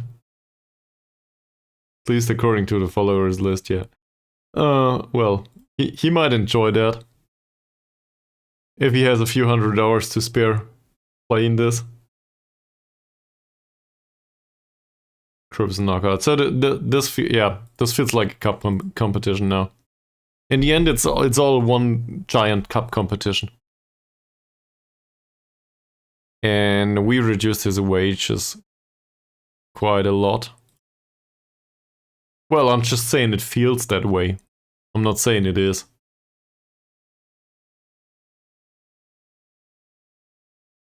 Dimas trial finished. We removed Gonzalez from the shortlist.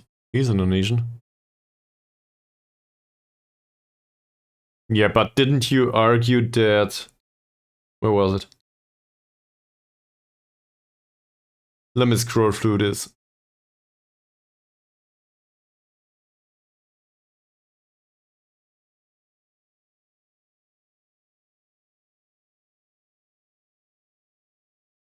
"30 teams each and promotion and relegation."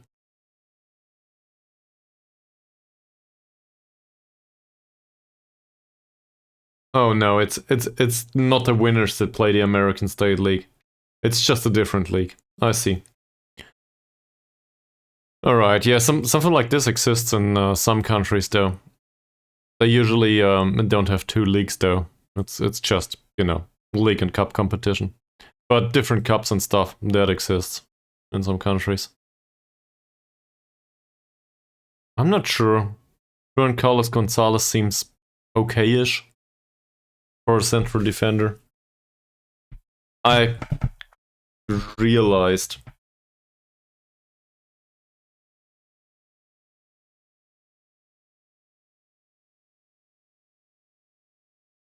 So I guess the question is why? Why did you do it?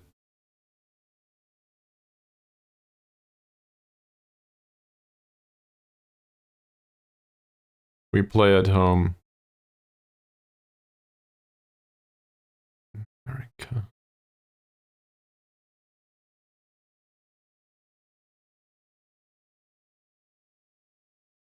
So you did it for the heck of, I don't know, because you can?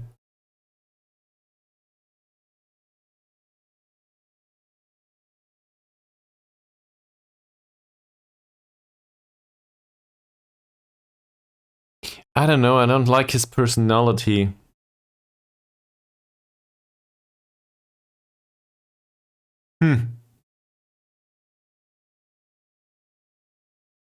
Well, I'm happy if that works for you.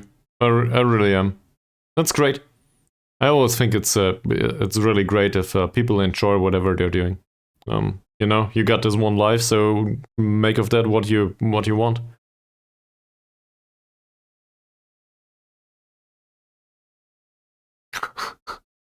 Yeah, great. I would definitely not be able to do that. Not from a skill perspective. I think I would be able to learn that, but simply no time whatsoever. I barely have time to go on with the streaming here, so I just gotta prioritize. There's also apparently some social relationships in my private life that I want to have some time to. Yeah. But that at some point you need to crash and take a nap or something. And in my case, I don't know, working 8 hours a day. And, you know, there's the regular stuff to do. Like stuff in the apartment and groceries and all that stuff. And then still the streaming. I barely get to rename the episodes and upload them to YouTube. Harianto's got the flu. Go home. Most definitely. Well, it's winter after all, so I guess that makes sense. At least it's the flu and not corona.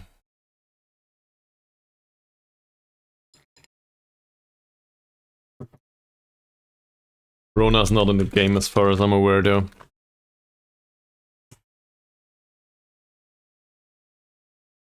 I think I get the chest somehow.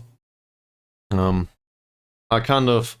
If I don't have work to do, I usually do some sort of reading of scientific stuff or start a streaming project or something. Maybe another YouTube project. I barely had a problem to spend my time with anything. I guess creative. I also well, I guess Game Master is the way to put it, for Dungeons and Dragons like role-playing groups for 2 decades, I think. So a lot of creative energy went into that. So I think I get the gist that work does not specifically need to be paid. And you still find something to do. And I really appreciate that. If that makes sense. That said, I cannot do all of this all the time. Oh, we got him from Deva? That explains a lot. Well, he's gone now. Bye! The supporters expect us to win for some reason, and Arianto just came in. Perfect.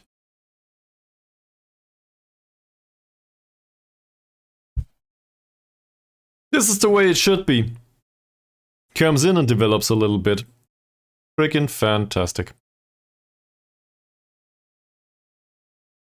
He's got a long way to go, though.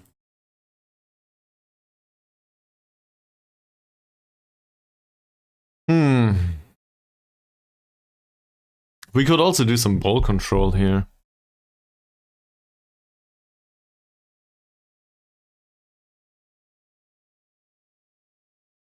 Yeah, well, he will not play, that's true.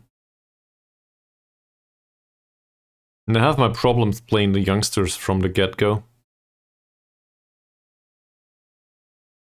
That said, we can definitely play the first team, more or less. Match load's not high for most of them. Matches today, though, so we might need to rotate a bit. Where are they? 13th. 13th is not great, is it? 20 points. We need 4 wins and a draw to be safe. That's primary goal so far. Also, Jorge César needs another 20 goals apparently. Feels the squad is starting to lack depth at left back. Really? Well, in that case...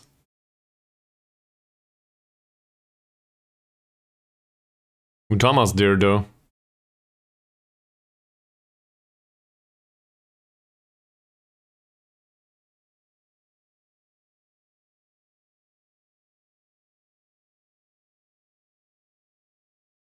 Fozzi's probably not want to play there. Romana. Yeah, neither.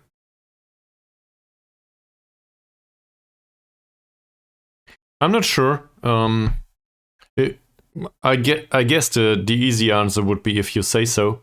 The less easy answer is the switch of context is usually very taxing on people if they realize it or not. So much that in software development you focus on providing the tasks in a manner that reduce switches of context as much as possible. Because you are much faster in doing one thing and focusing on it if it is mentally taxing. Another example for this is having children, as far as I'm aware. There's a reason why the stay-at-home mother or father usually is very stressed, because they have switches of context all the time. And humans are not really capable of multitasking. They are capable of switching very fast. But in the end, they're basically working on one core with their processing. You know, the brains. And real multitasking is not a thing for humans, as far as I'm aware. So if that works fine for you, that's great. But overall, I still think it's probably reasonable to assume that for most people, that's not a good idea.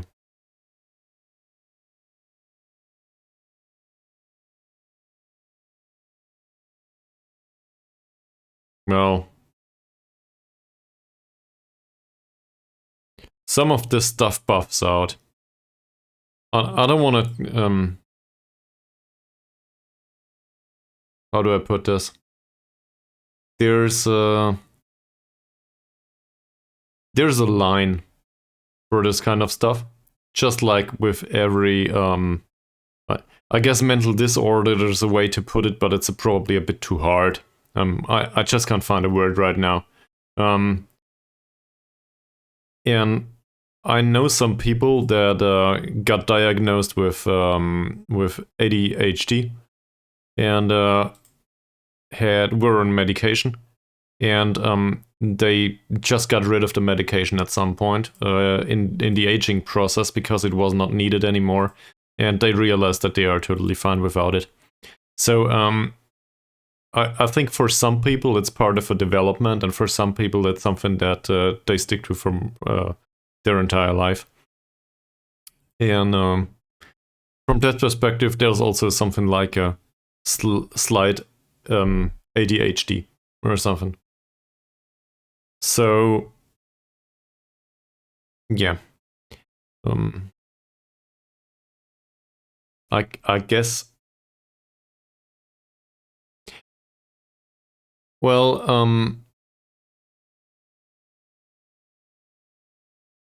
there's not only I have XYZ as a disease, and I am completely healthy. There's also a lot of gray area in between that might be diagnosed or not. And I'm saying sometimes, in particular, in that case, I made the experience that the stuff gets better on its own. I'm not saying that it shouldn't be treated or anything, or to belittle it. I just made the experience that some people got diagnosed with this and later on, they realized that it's not there anymore. Yeah, but this is due to me being clumsy. It's not a disease. What is it? Is it a mental disorder? What's a formal formation? The formal word for this?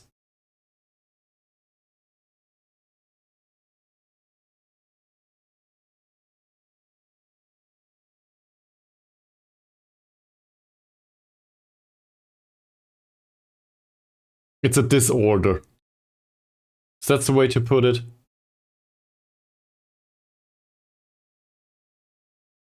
Well,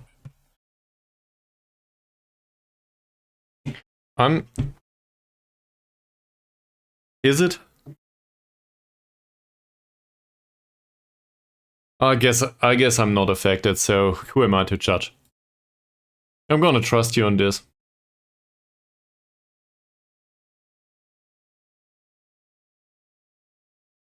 Yeah, well, in any case, as long as you cope with it just fine, that's good enough for me, right? Whatever that includes in the long term.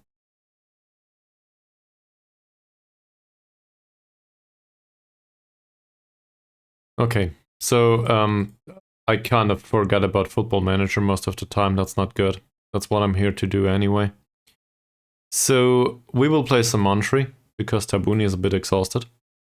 And I guess Sukipta will stay at home and Infantry will play. If I can find him. There he is. Alright, sir. You will make it to the pitch.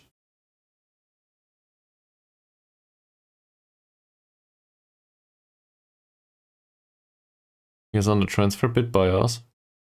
Oh, we made a contract offer for him, yeah. In case he wants to come over, that would be fine. Sure, I can't remember the contract offer anymore, but whatever, we did that last stream.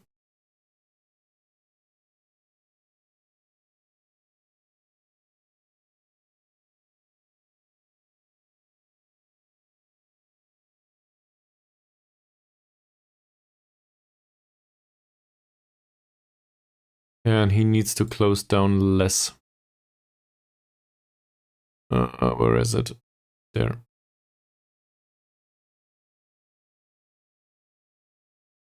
Maybe let's do this for all matches and we will have a look at opposition instructions within the game.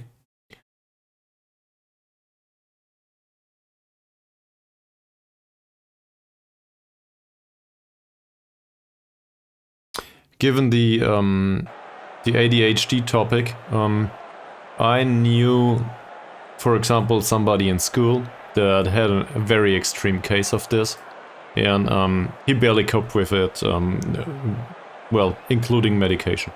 It was really hard on him. So, I don't know, I guess I don't think it buffed out or something for him. But I know of another case that was on medication and really didn't need it after 3 or 4 years. And also most of the problems got way better. And I don't think it's just a case of coping with it in his case. So that's my, I don't know, my perspective on this, right? It's just very uneven, just like most of the stuff that people have or might not have. Some people got cases that are way worse and get even worse or not, and some people, I don't know, just have a slight symptoms of some things. And that's true with disorders as well as with diseases or anything else. It's just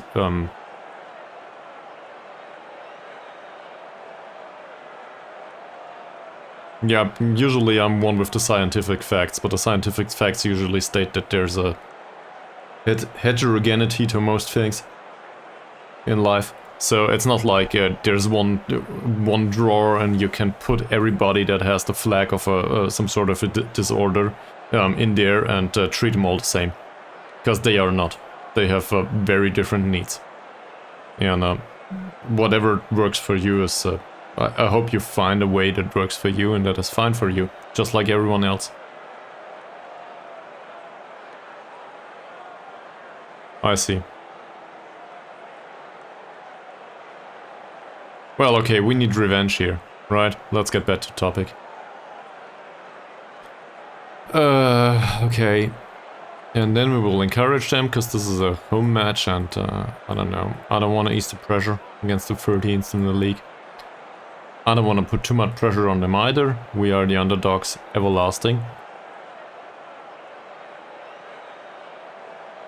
We did, okay. Not at all. Why is he out? He needs to be rested.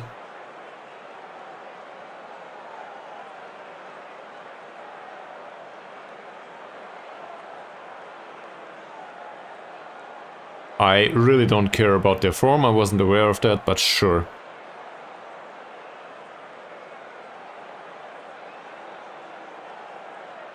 We'll be cautious about this. Isha will play, by the way. So, two-man tall guy striker partnership. Great, let's shake hands, and there we go.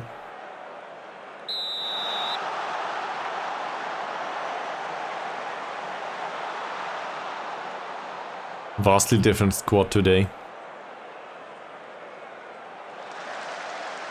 Malik, Alim, Sumantri. So much for playmaker duties. Alim, that's not one for César. I did. To be fair, I did it too late. But it is on now. Close down less. There you go. And I thank you very much for the suggestion. I don't know if this reduces the amount of chances we create or increases it. Moody. Oh, who was this? Isha. But yeah, it's on. Sia with a long kick. That shouldn't be a problem. Alim. Malik. Decent passing. Moody. Oh, interesting attempt of a killer ball. And there's a lob. And a shot that got blocked. Go guys. You can do better.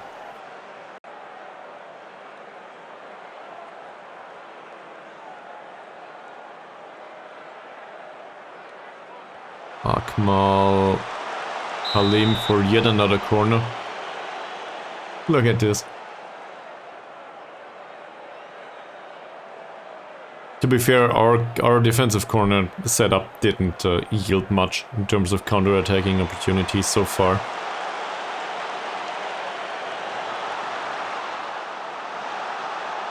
That was close. And that's offside. Well, it should be.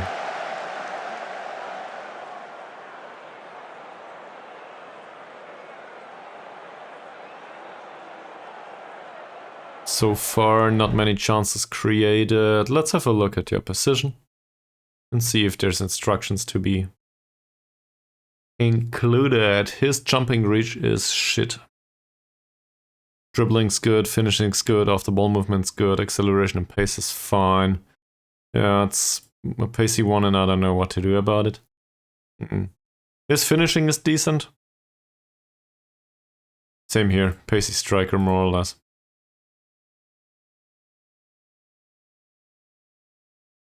Decent winger overall. Did any one of those have a very weak foot? Nope. His off the ball movement is absolute rubbish. How's he? He has bad off the ball movement, but really great vision and passing. This is a case of a tight mark, isn't it? And they argue we should trigger the press on him. I don't know why that is. In case they have good passing, good composure and good vision, they will probably outplay whatever pressure we put on them. So I'd rather mark him tightly. Also, bravery is bad and the dribbling is okay-ish at best. His dribbling is really bad.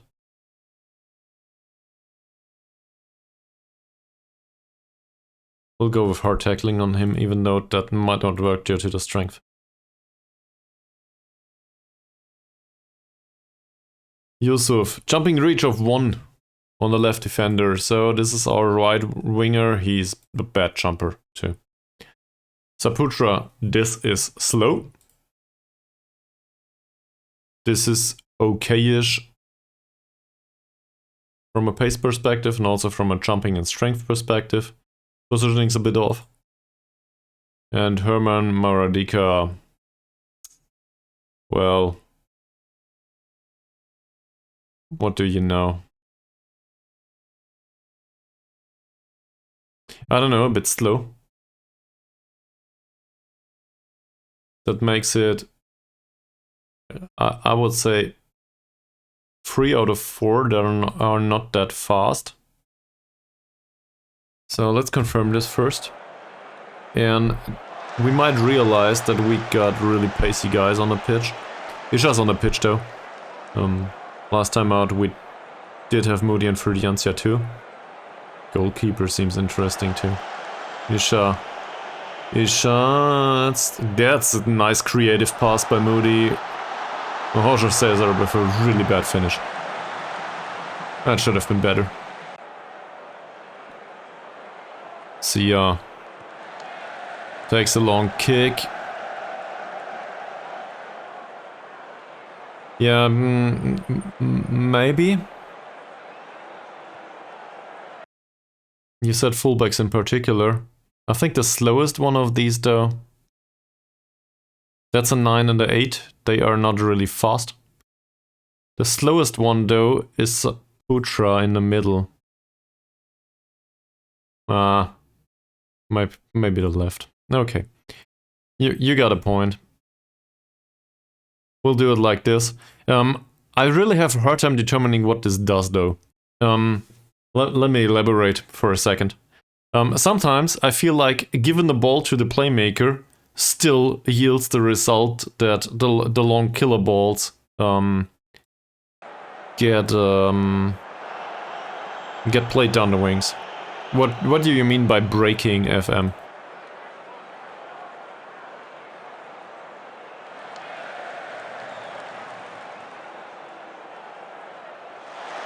Nice chance for the Ansia. Oh, that cross could have been better. Isha, infantry, finds Sumantri. Will this be a long shot? A long shot by the youngster. If he had scored that one, that would have been really great for his development. Oh yeah, Julianto's on the pitch. I forgot about that. Moody. Nice. So close. Malik. Infantry doesn't win that duel. Doesn't matter much. Alim. What's Isha? Isha skips past his man and then heads the ball past the post. Oh man. Could have been better. So, do they play the ball down the wings now? Or do they focus in build-up play down the wings? That's usually my problem with this. I'm not sure about that. Moody for infantry. That went through the middle. Infantry, Malik. I would have taken that one too. Let's encourage the team. 0 both, but we are definitely getting the better chances. So far. Even though it's been low grade most of the time. And there's not an inch of visibility for their pace. No, I don't do that really. I feel like I just want to enjoy the game, and this is not something that I enjoy very much. Oh, I don't know. OP tactics feel like whatever. This is not what I play the game for. I'm also not really interested in whatever works in this installment is breaking the game or something. Seriously, Moody? That was really freaking selfish. That was definitely a chance that... I don't know, he shouldn't have given away that chance. Roger César would probably have converted that one immediately.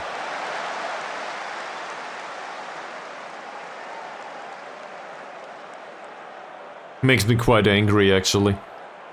He should do better in these situations. Now we're sitting here and it's still a draw. Well, I do... This as a whole is one storyline, isn't it? It's a storyline of FM23 for me. Yeah, and of this manager. So, I don't know. We did different competitions, didn't we?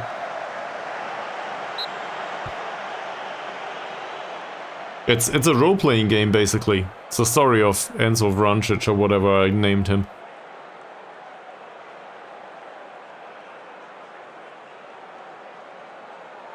Malik, Jorge César, and it's over. Is this one of these games where we have like a ton of chances and nothing happens? Hopefully not.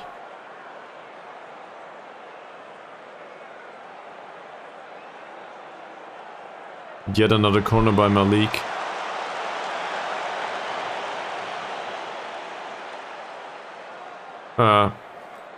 Well, you can watch it later on. I don't know. But just to repeat the answer, I think I did that to a degree. Given that Enzo Vrancic, the manager of this club and the other clubs that we managed previously in the same save, went through different competitions. We were in Sweden, in different leagues. We were in Wales, in one league, to be fair, in the second one. And now we're in Indonesia. And we made it to 2 leagues there too. League 2 and League 1. So I feel like this is fine. This is testing more competitions, but I'm not... I see, yeah. Well, in that case, I don't know. Whatever works for you. For the Ansia, Isha! No! What a waste of chances. Well, glad to have you around, Real Talk channel. And in case you want to come back later, feel free to come back anytime. Or the next time I stream. Or for the YouTube videos, really. Samantri, Infantry, Jorge César, Isha, Infantry again. Okay, Yulianto. That's an interesting approach. Isha? That's also an interesting approach. Moody. Moody skips past his marker. Finally! What a goal. If he goes on like this, I'm happy with his performances. Could have had an assist though. But whatever, he scored. Second attempt's the charm, it seems. Really great. And in this situation too, he just ignored Jorge César. For some reason, I don't know why. Could have had an assist and give César another goal scored, but as long as it's in, who cares?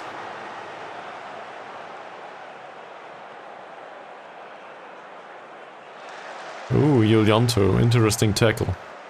Well, seems like Moody made a good appearance so far, in the end. Let's warn about complacency here. Everybody seems to be focused. And we will go into the second half with this.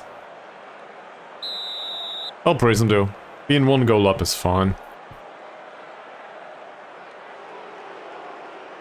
Priento, really long ball, probably not offside. Arianto picks up the ball. Gives it back to Owen. Long ball by Owen. Straight into nothingness. They didn't create much. See ya. That was well done. Same as this. This is not good. Who's this? Yulianto. Okay, low grade finish. Somewhat hastily taken, I think. What the hell, Owen? Okay. Finds Moody. Moody, Infantry, nice tackle. Luckily we retain possession. Moody with the lob for Malik. Wow, that was an interesting pass. Malik again. And now we have a problem. Or do we? Come on, close him down, close him down. Let's not close him down. It did go fine though. Moody. Malik intercepts. Decent stuff. Samantri. Play a risky pass. Samantri, you can do it. That's not Samantri with the risky pass. That should have been offside though. It was. Alright. So far I'm happy with the match, not so much with the goal scored, but not conceding is always good with me. Also, somebody's really tired, we should probably replace him at some point. Moody... not bad, Ferdiancia. Ferdiancia. Is it a penalty? No foul. Two defenders, Moody, Moody, Moody. I don't know what got into him today. He seems to have found the power button or something. Alright, Halim is tired. He's motivated, but also in a poor shape. Do we want to bring Putra? I guess. I said I want to play the youth, so we will bring Putra. That he will have a hard time though. You think so? Let's cancel this.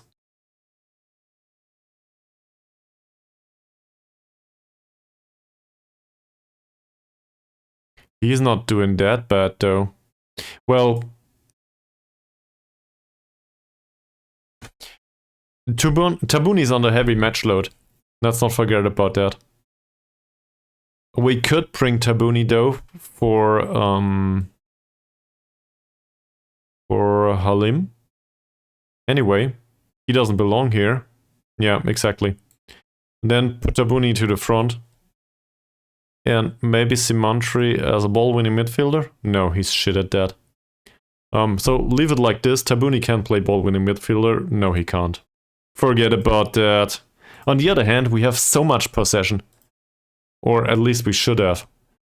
So a nice passing probably serves a purpose. I'm stupid.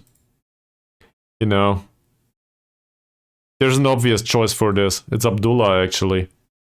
And if we put Abdullah on the pitch for Halim, Abdullah is a decent ball-winning midfielder.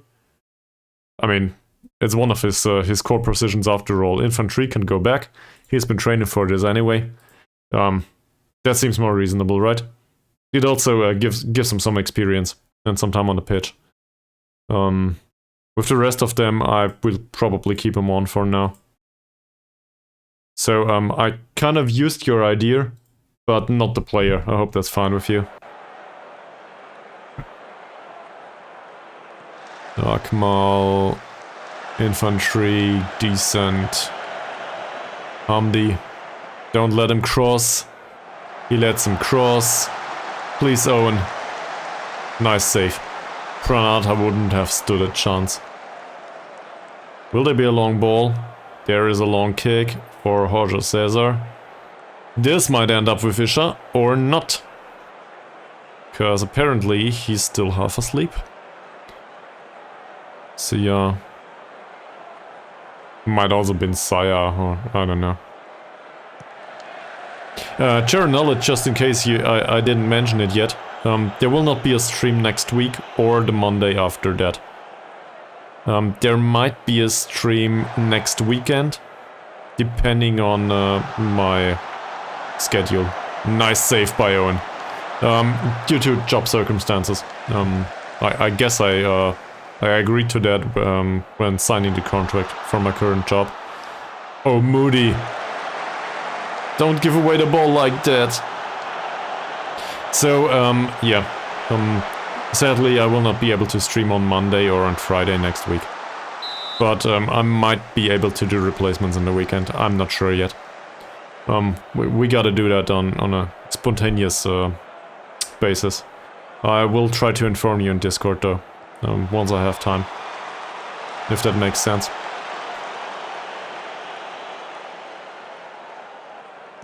Owen's long kick, not bad. Jorge César is for the Yancia offside.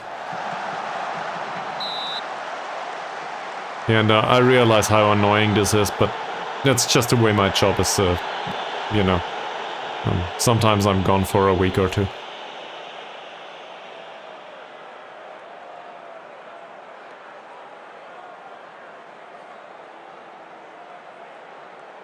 Saputra. Who's Saputra? Central defender. Oh, look at this. Well, in that case, we will definitely... That was the right side, so we will play down the left. All the friggin' time. Down the left is Ferdiancia. Nice save.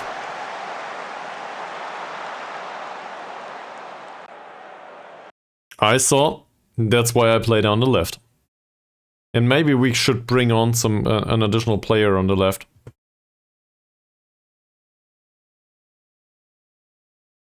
I don't know. Somebody really fast, maybe. Something like this. Probably. Let's give him Beery some time to exploit that weakness. We are up by 1 goal only, so to me this is not exactly a case of playing the youth.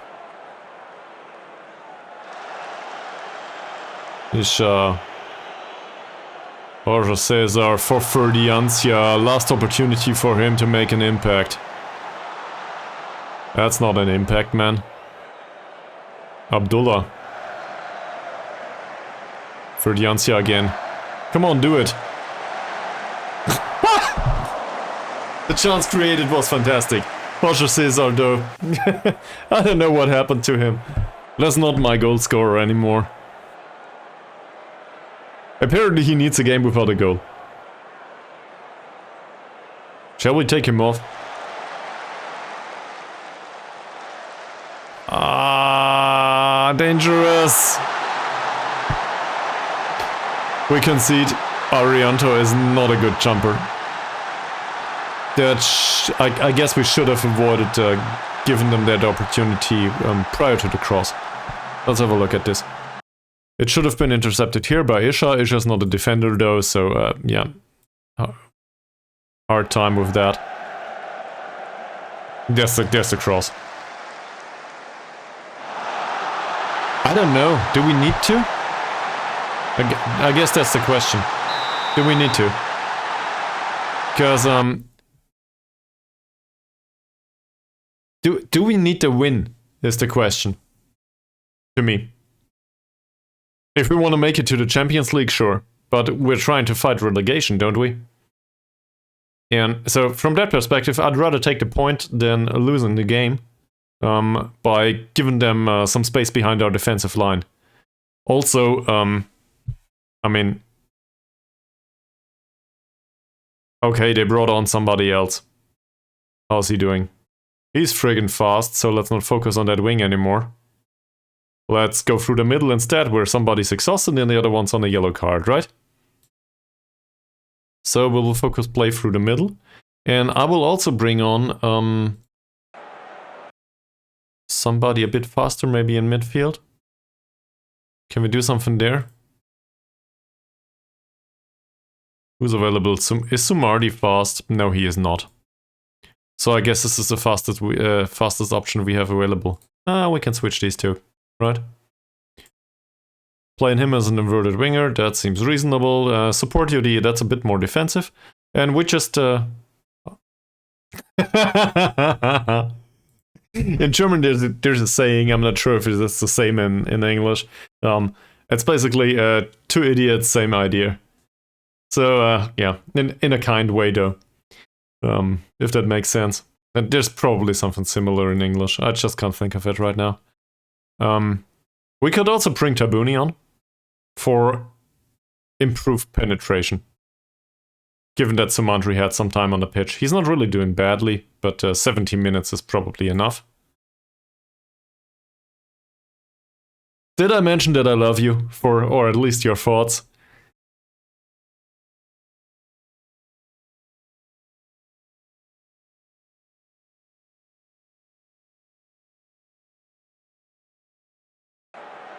Well done so far. Infantry's long ball. And now we will just sit back and wait and hope for the best. The lapses in defense have been sparse so far. So I think we might have a chance. And Imbiri through the middle is... we'll go with encourage. Because usually that works. Do I need to confirm this somehow? Doesn't look that way. What? Seems calm coming onto the pitch. He's composed. Okay. Infantry. César. Abdullah. That's the wrong one. It's not Tabuni, sadly. He probably would have found a killer ball. Infantry. Abdullah. To be fair, he does have decent performance so far in defensive midfield. Yeah, and given Abdullah time on the pitch is probably not a bad idea. Tabuni, Isha. Borja César. There's a long ball. That's not Imbiri but Moody, but who cares? Moody. Moody. Isha. Goal by Isha. Served by Moody. And this is probably one of the better performances of Moody throughout this season. So much for not being able to play in this squad. I'm really happy with that performance overall now. To be fair, we could have scored 3 if Moody wasn't so selfish in the first situation. Hadn't been so selfish. It's the right way to phrase it, isn't it? But in the end, we scored 2 goals. And we didn't have to go attacking. So that's maybe a bit of resulting now. So, I don't know. Maybe we got lucky with that. But on the other hand, we were going for this, more or less. Isha. Ah, could have made it 3. And looking at the match momentum, this is totally fair. So far.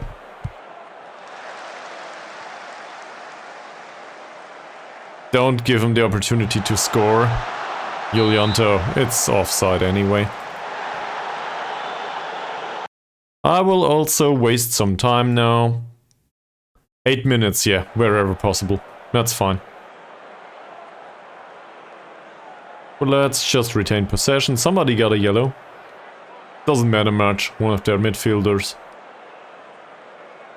I'm also really happy with this because, well, we were doing overall training. No match preparation whatsoever. It still worked. Isha could have been a 3rd.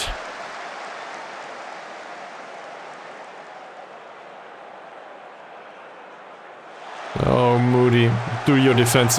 whatever. Forget about doing your defensive stuff, as long as they play like this. And we will praise them. 5 minutes to go, everybody's happy. Saprucha has a shitty game and we are quite lucky. Akmal. Yoljanto for a corner. Akmal. Easy. Nice play by Owen. See ya. Infantry. That's not good. That's a ball for Owen, isn't it? It is. So we got that. Come on, Owen. Take the long kick. Got a minute to go. Borja César still on the pitch. Isha still on the pitch. Apparently that was way too far.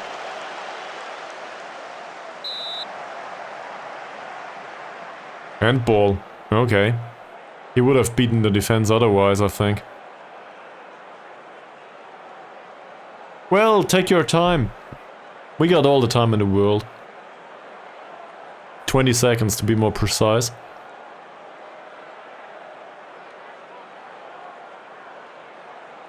These are the best scenes in Football Manager overall. Yeah, thank you very much. Probably not the moon, but maybe Champions League qualifiers or something. Tabuni, Yolyanto again. That's it! Won the second game of the stream. This is what I get for not editing the go live notification. Apparently, that's a good thing. Maybe we just keep that, even though it's wrong. Fantastic performance, really good stuff. Also, individual performances have been a little bit spotty, in particular Arianto's. On the other hand, who cares? That said, Jorge César was somewhat annoyed by left back performances recently, so hopefully that will not result in some sort of talk. How far can it take you?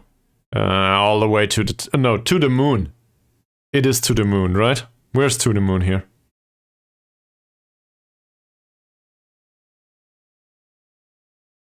Sure, team spirit is important. What sort of impact do you think getting a goal just before halftime had? Yeah, I don't know. Goals are always important.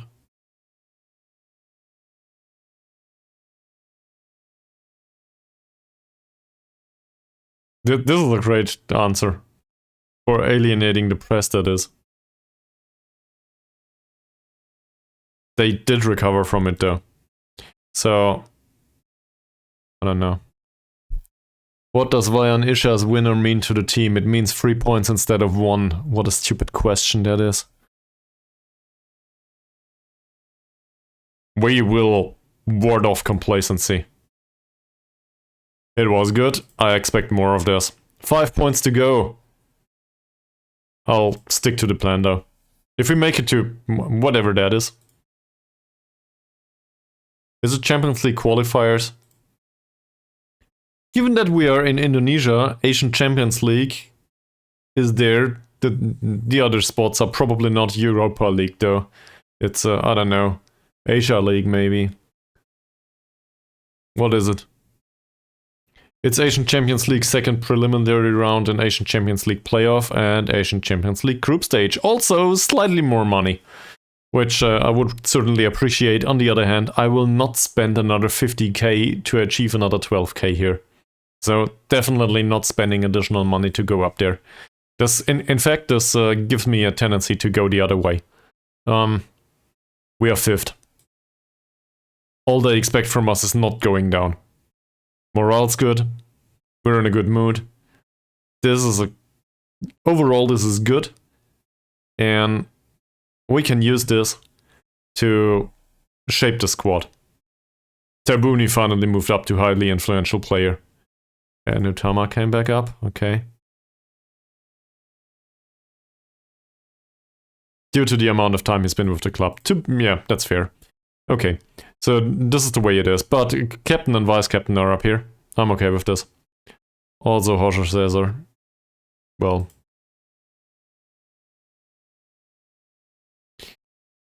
So what does this mean? Well, this means 30 points. 10 points to go, or in other words, 3 wins and a draw. Or in yet another way to phrase it, we have 1, 2, 3, 4, 5, 6, 7, 8, 9, 10, 11, 12, 13, 14, 15, 16 games to go, and all we need is 10 points. I think we'll manage that. Probably not playing the youth team altogether, but with our squad we will definitely manage that. So overall priority is reduction of financial devastation. We need to reduce the spending. Is this something you would follow along? I don't know. It's not that exciting, is it? On the other hand, you know, it's me. And I overspent at the start of the season. So now we should try to reduce the spending. Is there anyone in this squad that has a contract that expires pretty soon? Ferdiancia will transfer. Nugroho can get out the door. we have a replacement for him. I would take him in.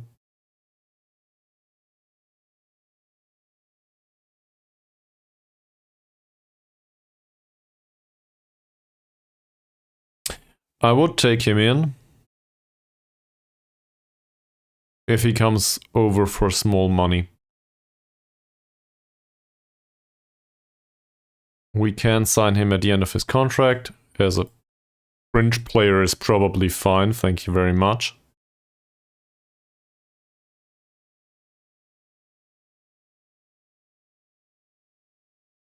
Is this worth it?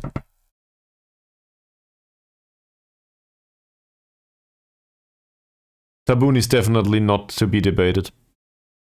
I think we can agree on that.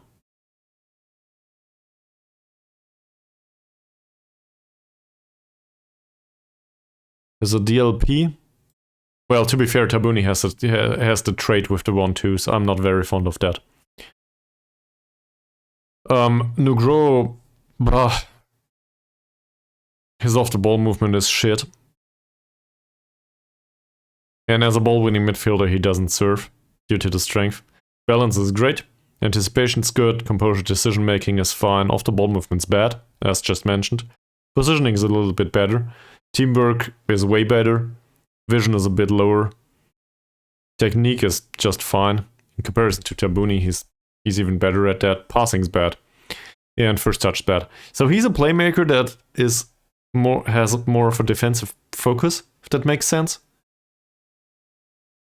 Is there something I'm willing to pay? Sure. Let's compare him to whatever his name was.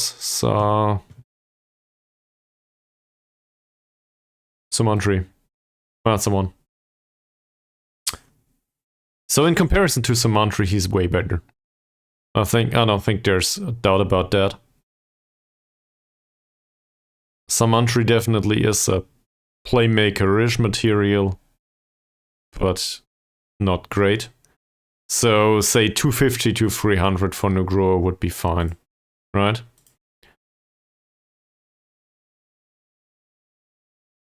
Signing on fee is a bit much. 250 to 300 is probably way below what he expects there. But let's try.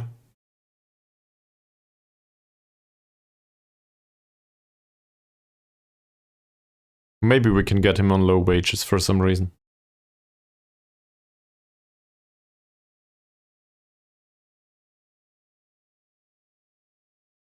I'd rather pay the signing on fee. Maybe we can reduce that later on. Or we might not need to pay it through, well, whatever. Really depends. I wanted to say that we might not need to pay it throughout the entire contract, but then I remembered that the wage is similar. Appearance fee, I'd rather pay an appearance fee, and a clean sheet bonus in fact, than base wage. Unused substitute fee, not so much. He will probably sit on the bench most of the time. He's got some flexibility too. Okay, let's put it to 300. I'll also pay this and this, not this though.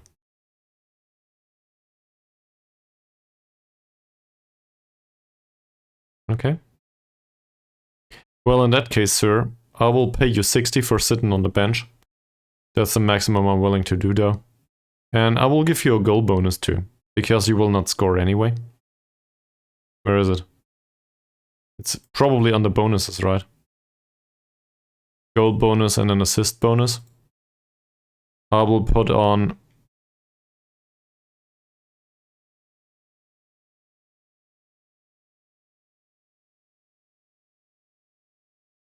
yeah, 75 each. Why not? For that. So this is strictly performance-based, I think. He's fine with this. Great. So that would keep us a playmaker that we're okay with. Most of the time he can also do ball-winning midfielder to a minor degree. He's not great at it. He can be central defender. Not great at it either. Well, we don't have central midfielders. And he can do the wingback on defend duty. Not great at it either.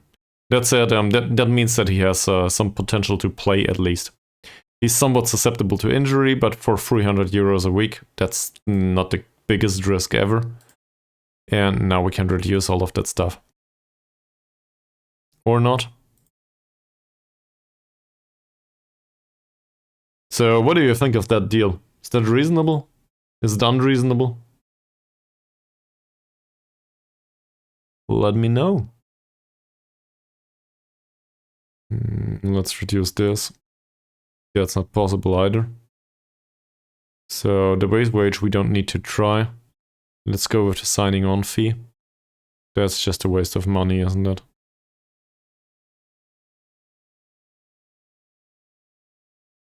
How far can it go? Alright. Let's see. So performance fees I don't want to reduce just yet. Let's include a wage drop first if we can. Because I'm perfectly willing to pay performance fees even if the league is one lower. Will not happen anytime soon though. Clean sheet bonus, yeah, you don't need that.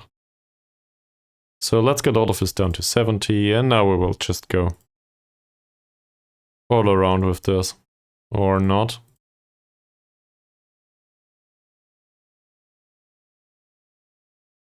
He definitely insists on the assist bonus as well as the clean sheet bonus, which is fine with me. This is what we need him to do anyway. Goal bonus though. Oh. He insists on that too. I'm still happy with that contract though. From a structure perspective, if that makes sense. This includes a lot of bonuses that will only get paid if he plays well. So I'm okay with that.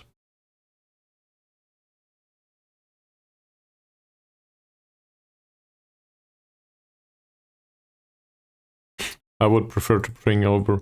Well, we can sign Malik too, can't we? Oh, he's susceptible to injury though. Yeah. So this is why we didn't do it. And I will probably refrain from that now. Even though I like him very much. But it's no use having somebody in a squad that will over the long term be injured all the time. We might get lucky with that, but it's unlikely. Also, his performances have been okay, but not fantastic. Not like he's been devastating the opposition all the time. And Arianto's performances have suffered a little bit. There's no way around this.